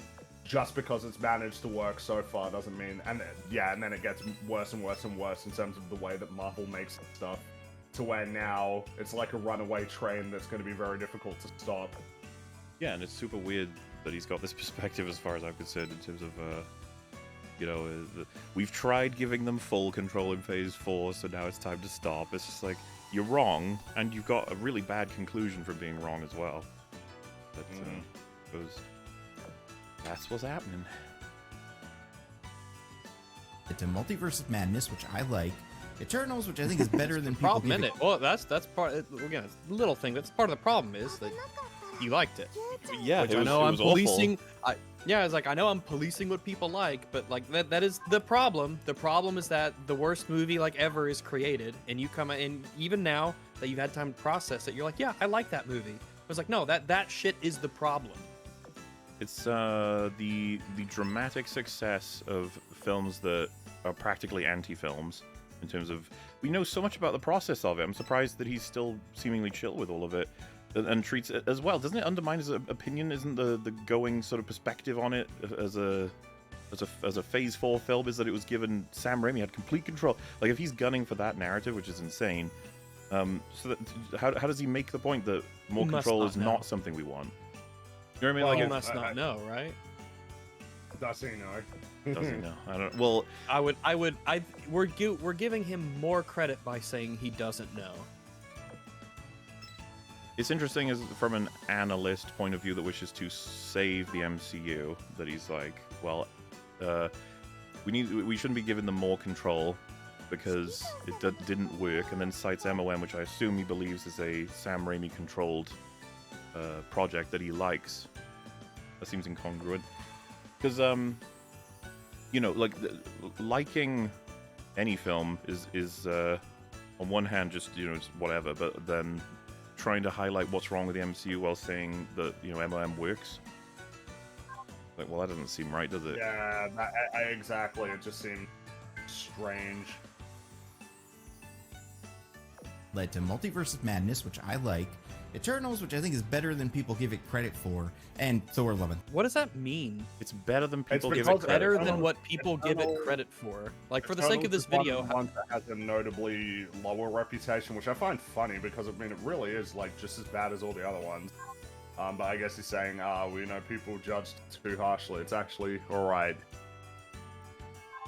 Which is weird, because now, every once in a while, like, even my very casual, you know, bumping ins with Twitter, as I see people talking about, like, are we just going to forget that there's this massive giant sticking out of the earth?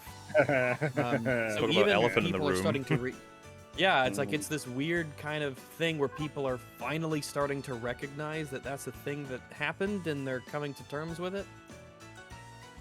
I don't know that we'll ever Wake get up, sheeple. any kind of interesting terms on it, other than it's almost like it feels like it's prompted by the amount of memes about it. Like that the writers are aware of, because they're on Twitter, they'll be like, oh, we should probably have a line in there, because they kind of did that with She-Hulk. They were like, hee hee, look, we referenced it. It was like, eh. But I guess if that's enough. Thunder. Now that doesn't mean that we need to Russo up Phase 6, but the solutions I'm offering are more tangible. I mean, that wouldn't even fix anything. Russo up. Like, get the Russo Russo up? brothers back, I guess. But what which it- Well, they made Endgame, unfortunately. They made so- Endgame. That's what I feel. But I don't compelled get to- it, And like, plus, why would people kind of don't like him anymore anyway. Like, because of some of the. I mean, what have they made afterward? They made the Gray Man, right? That Netflix movie that disappeared. Came and went. Yeah, that was the most expensive film Netflix had made. I'm pretty sure at the time it came out. That just came and went. wouldn't Aren't they recommend it. attached to the Hercules reboot? They're doing a remake, like a live-action remake of Hercules. They've chimed in on the AI discussion. Yeah. I don't know, I just find it funny, the idea of like, oh yeah, get the Russos back, they'll fix it. It's like, they made Endgame, man. Well, but like, break it up into the nature of what he's saying. Does he want the Russos back because of he's saying no, I don't want that, but Well, that he's would be saying a thing he doesn't want that, but he seems to understand that might actually work. But why? Because they would have control? Because I guess it would just be, well, they made the films that I like, because I presume he really likes Endgame. So, you know... Well, even it's just still, they you made get what I'm getting something at, that I right? like If before. one of the components of them I get what being a you're good getting choice to bring them back is that they would have the control as artists, but he's also said giving them more control isn't the way to go. Yeah, no, I get you. I totally understand. There's something here that is Unless he's incongruent. pretty much just saying, well, we know the Russos are banging like 11 out of 10 people every time, but let's find a different solution, you know? These are simple, achievable goals. Okay. Starting with number 1. Here we go. Make more small connection. Rags, I think you Congratulations, got a point Rags, for you've that. got a point. Yeah. Interesting. I You're- guess it you're number depends. 2. Maybe. I guess we'll see, but maybe, yeah, maybe he'll say what I said. But I wonder if. Oh no, I'm telling you. I wonder he if is. what he says. Oh, all right. Well. That is your Okay. number 2 prediction. So congrats. Hooray! As you can imagine, before we see him develop this, I imagine that just this, make more small connections, all three of us would agree this has nothing to do with improving the films. Nope, Film can not- be good with it. It can be bad with it. Yeah. Yeah, I because you think can that make small ultimately connections this is. to ruin everything. I think that. I mean, if you can do them well, I'd say do them when they make sense. It's a neat Well, thing to do. It's neat to connect the world. But if you do it poorly, then it just hurts you. You got to do it well. As if far you as do I'm it at all. concerned, this is just a thing that will happen naturally when you're writing good scripts anyway. Yeah. There's nothing to do, like, ensuring this is happening does nothing for whether or not your script is actually good. Like, this is like a byproduct of having a well-written, connected, series of stories. Yeah. But let's see the explanation. Okay, so this one seems pretty straightforward, but it gets trickier the further we go. People often get on Marvel's case with the criticism that the movies only exist to set up the next movie. And when I True. see what they mean, I think, A, it's wildly No, overstated. it's not that you see what they mean. That is true. That is, it's one To of the their point big where problems. James Gunn himself was lamenting that reality. How sad it is. It's seeped into the meta. A lot of the time when people are going to watch the film, they're not that interested in what happens in that film. They're more interested in what it sets up so that they can speculate. And then when that next film comes around, they don't really care what happens in that film. They're like, ooh, what's next? X-Men? Ooh, Fantastic Four? Ooh. When the Marvels was coming out, right? Illuminati? Ooh. Before the Marvels, anyone had seen it, people were talking about how interesting it's going to be to see the X-Men because that's what's getting set up in the Marvels. Well, it was so bad that they basically they teased as much as they could without outright stating it that the X-Men were going to show up in the post-credit scene. It was crazy. Like, it became part of the marketing, was be there to see what comes next or something. That's crazy. Like, if it's gotten to the point that even Marvel is saying that's kind of what they know that you're there for, yeah, it's a big problem. Also, it's always said it's just nitpicking. He agrees with you. So you're just nitpicking because we have stated we understand the perspective, but that he's not going hard enough at all. He's saying, like, I can understand it. It's like, no, it's just true. Yeah, that's right. Uno reverse card. Yeah, you just nitpicked, so don't do that. Yeah, good fuck. Bad, according to you. And B, it's something they do for a reason. First, like, sure, Doctor Strange ends with the Ragnarok tease, but who cares? That's not why the movie's made. It's just a little thing tacked on to the end of the movie. And they're usually made in such a way that if you miss them, you don't miss any of the story in the next one. Like in Thor Ragnarok, you still get plenty of setup for the Doctor Strange cameo. It's just that if you saw the Doctor Strange post-credit scene, you know that Doctor Strange... I would argue that technically all of the scenes still have that, even the shitty ones that set up like that. You know, like the X-Men scene in the Marvels, you can not see it.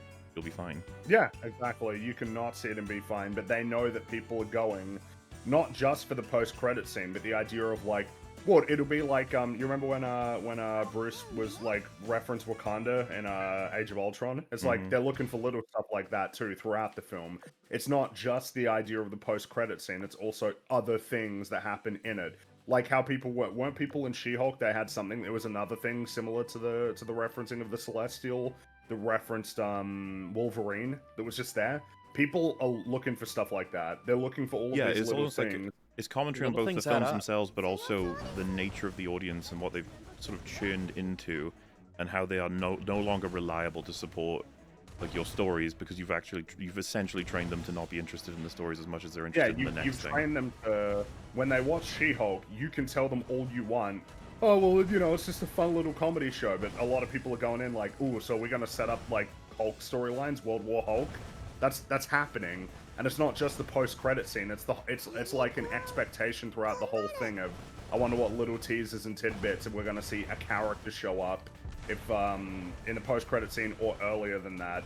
It's like, if you focus it in on the most narrow realm possible, which is, the post-credit scenes aren't that big a deal, maybe you'd have a point, but it's not just relegated to the post-credit scenes. It's the whole film people are kind of wondering. Yeah, if people go wild over remember like... Doctor Strange? When they're going through, they're going through all the different multiverses, people are like, ooh, that's like Spider-Man 2099 or something. It's like, dude, it's like a split second. But people... Like, that's... And then you see all the videos of people speculating on it. Like, you know that this is the case. You have to know this. They're not even making the big connections, and a lot of the times the small connections aren't going to be able to, you know, shoulder the weight that's left behind.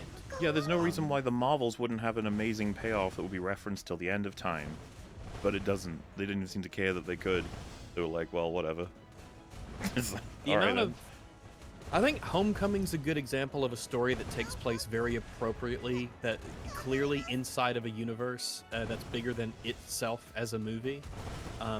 And it's not a small detail. Like the story kind of it hinges around that. It's reliant on that. It's not just that these little things happen in the movie and interact with the characters or drive the plot. It's big stuff. Well, yeah, you can tell the focus with Homecoming was that you can have significant repercussions from the Avengers, one being Vulture, one being Spider-Man. Like in that universe. Whereas a lot of what we've seen in like Phase 4 is the worst outcome of that, which is grabbing little things that can be like, oh, that's a fun meme, but the story that you're telling is so incongruent with a lot of what's happening in other films that you're just creating new problems. Like Black Widow. Yeah, exactly. Black Widow creates new problems because it takes place in the MCU, and it kind of wants to take advantage of that, but they also want to tell their own story, regardless of all of the massive implications it can have on other films. I mean, the fact that we're not allowed in Black Widow, when none of the other Avengers get involved and are completely absent from the movie, that's inexplicable. There's no reason why that should happen. Totally a meta thing and a meta decision, and it hurts the film when there should have been connections and there weren't.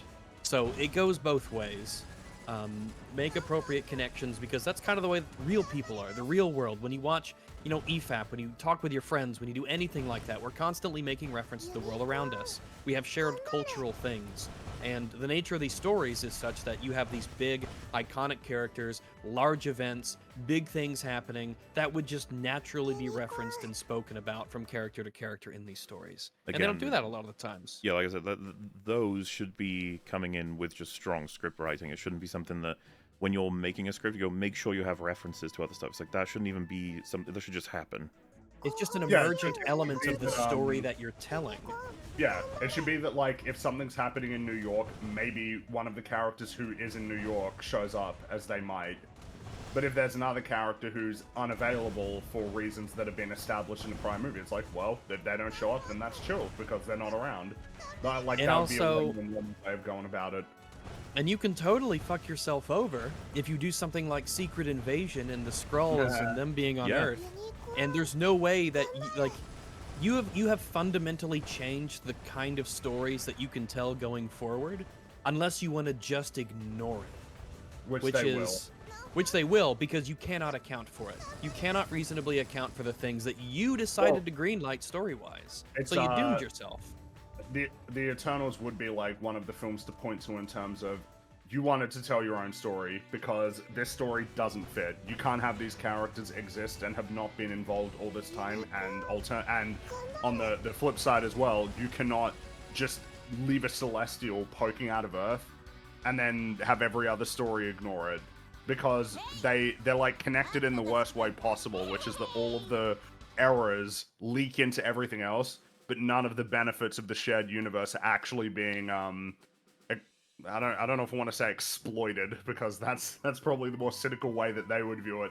They're not being leveraged, they're not being utilized. You're not utilizing the connective and I genuinely I think this happens very naturally when you're super invested in all of this stuff, right? Like if you had in Thor 1 when he kills the big robot sentinel thing, the destroyer, right? Like if he had killed it and a line he has after it saying that's probably the biggest creature I've ever killed, or some shit, it doesn't have to necessarily be true, but like if you have him then in Avengers 2 and he kills something that's twice the size and says nothing, you'd be like, oh, that feels weird. Like, remember he had that little line about how he was like the biggest thing and he killed something big. Yeah, and if you actually had the line, people would be like, oh, that's cool. Cool yeah, back. He kills it, he says, I guess that's bigger. Like, something like that, you just go, oh, sweet, they remembered the thing from the thing. And it's like, yeah, they did because they watched it and they were like, oh yeah, we can use that.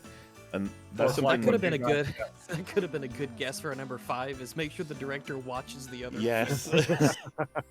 Because obviously my example is like crap, but there are examples that exist throughout that. I think that when you're invested in writing these stories, you will try, I think, to remember the lives of the characters as they may. Try to remember all the things that have happened to them, what they might say when certain things come up. Well, and just having them in the background, and every once in a while a thing can be prompted, and you can even have people be like, what do you mean by that? And you go, oh, it's if you watched his film, he basically just did this thing, and you're like, oh, okay, cool. But yeah, I don't see this as a solution as opposed to a result of fixing the actual problem. His cameo is coming. And sure, sometimes a character like Riri or Echo is clearly being introduced with the expectation that they're getting a spin-off later on. Did anyone think that about Echo and these are not...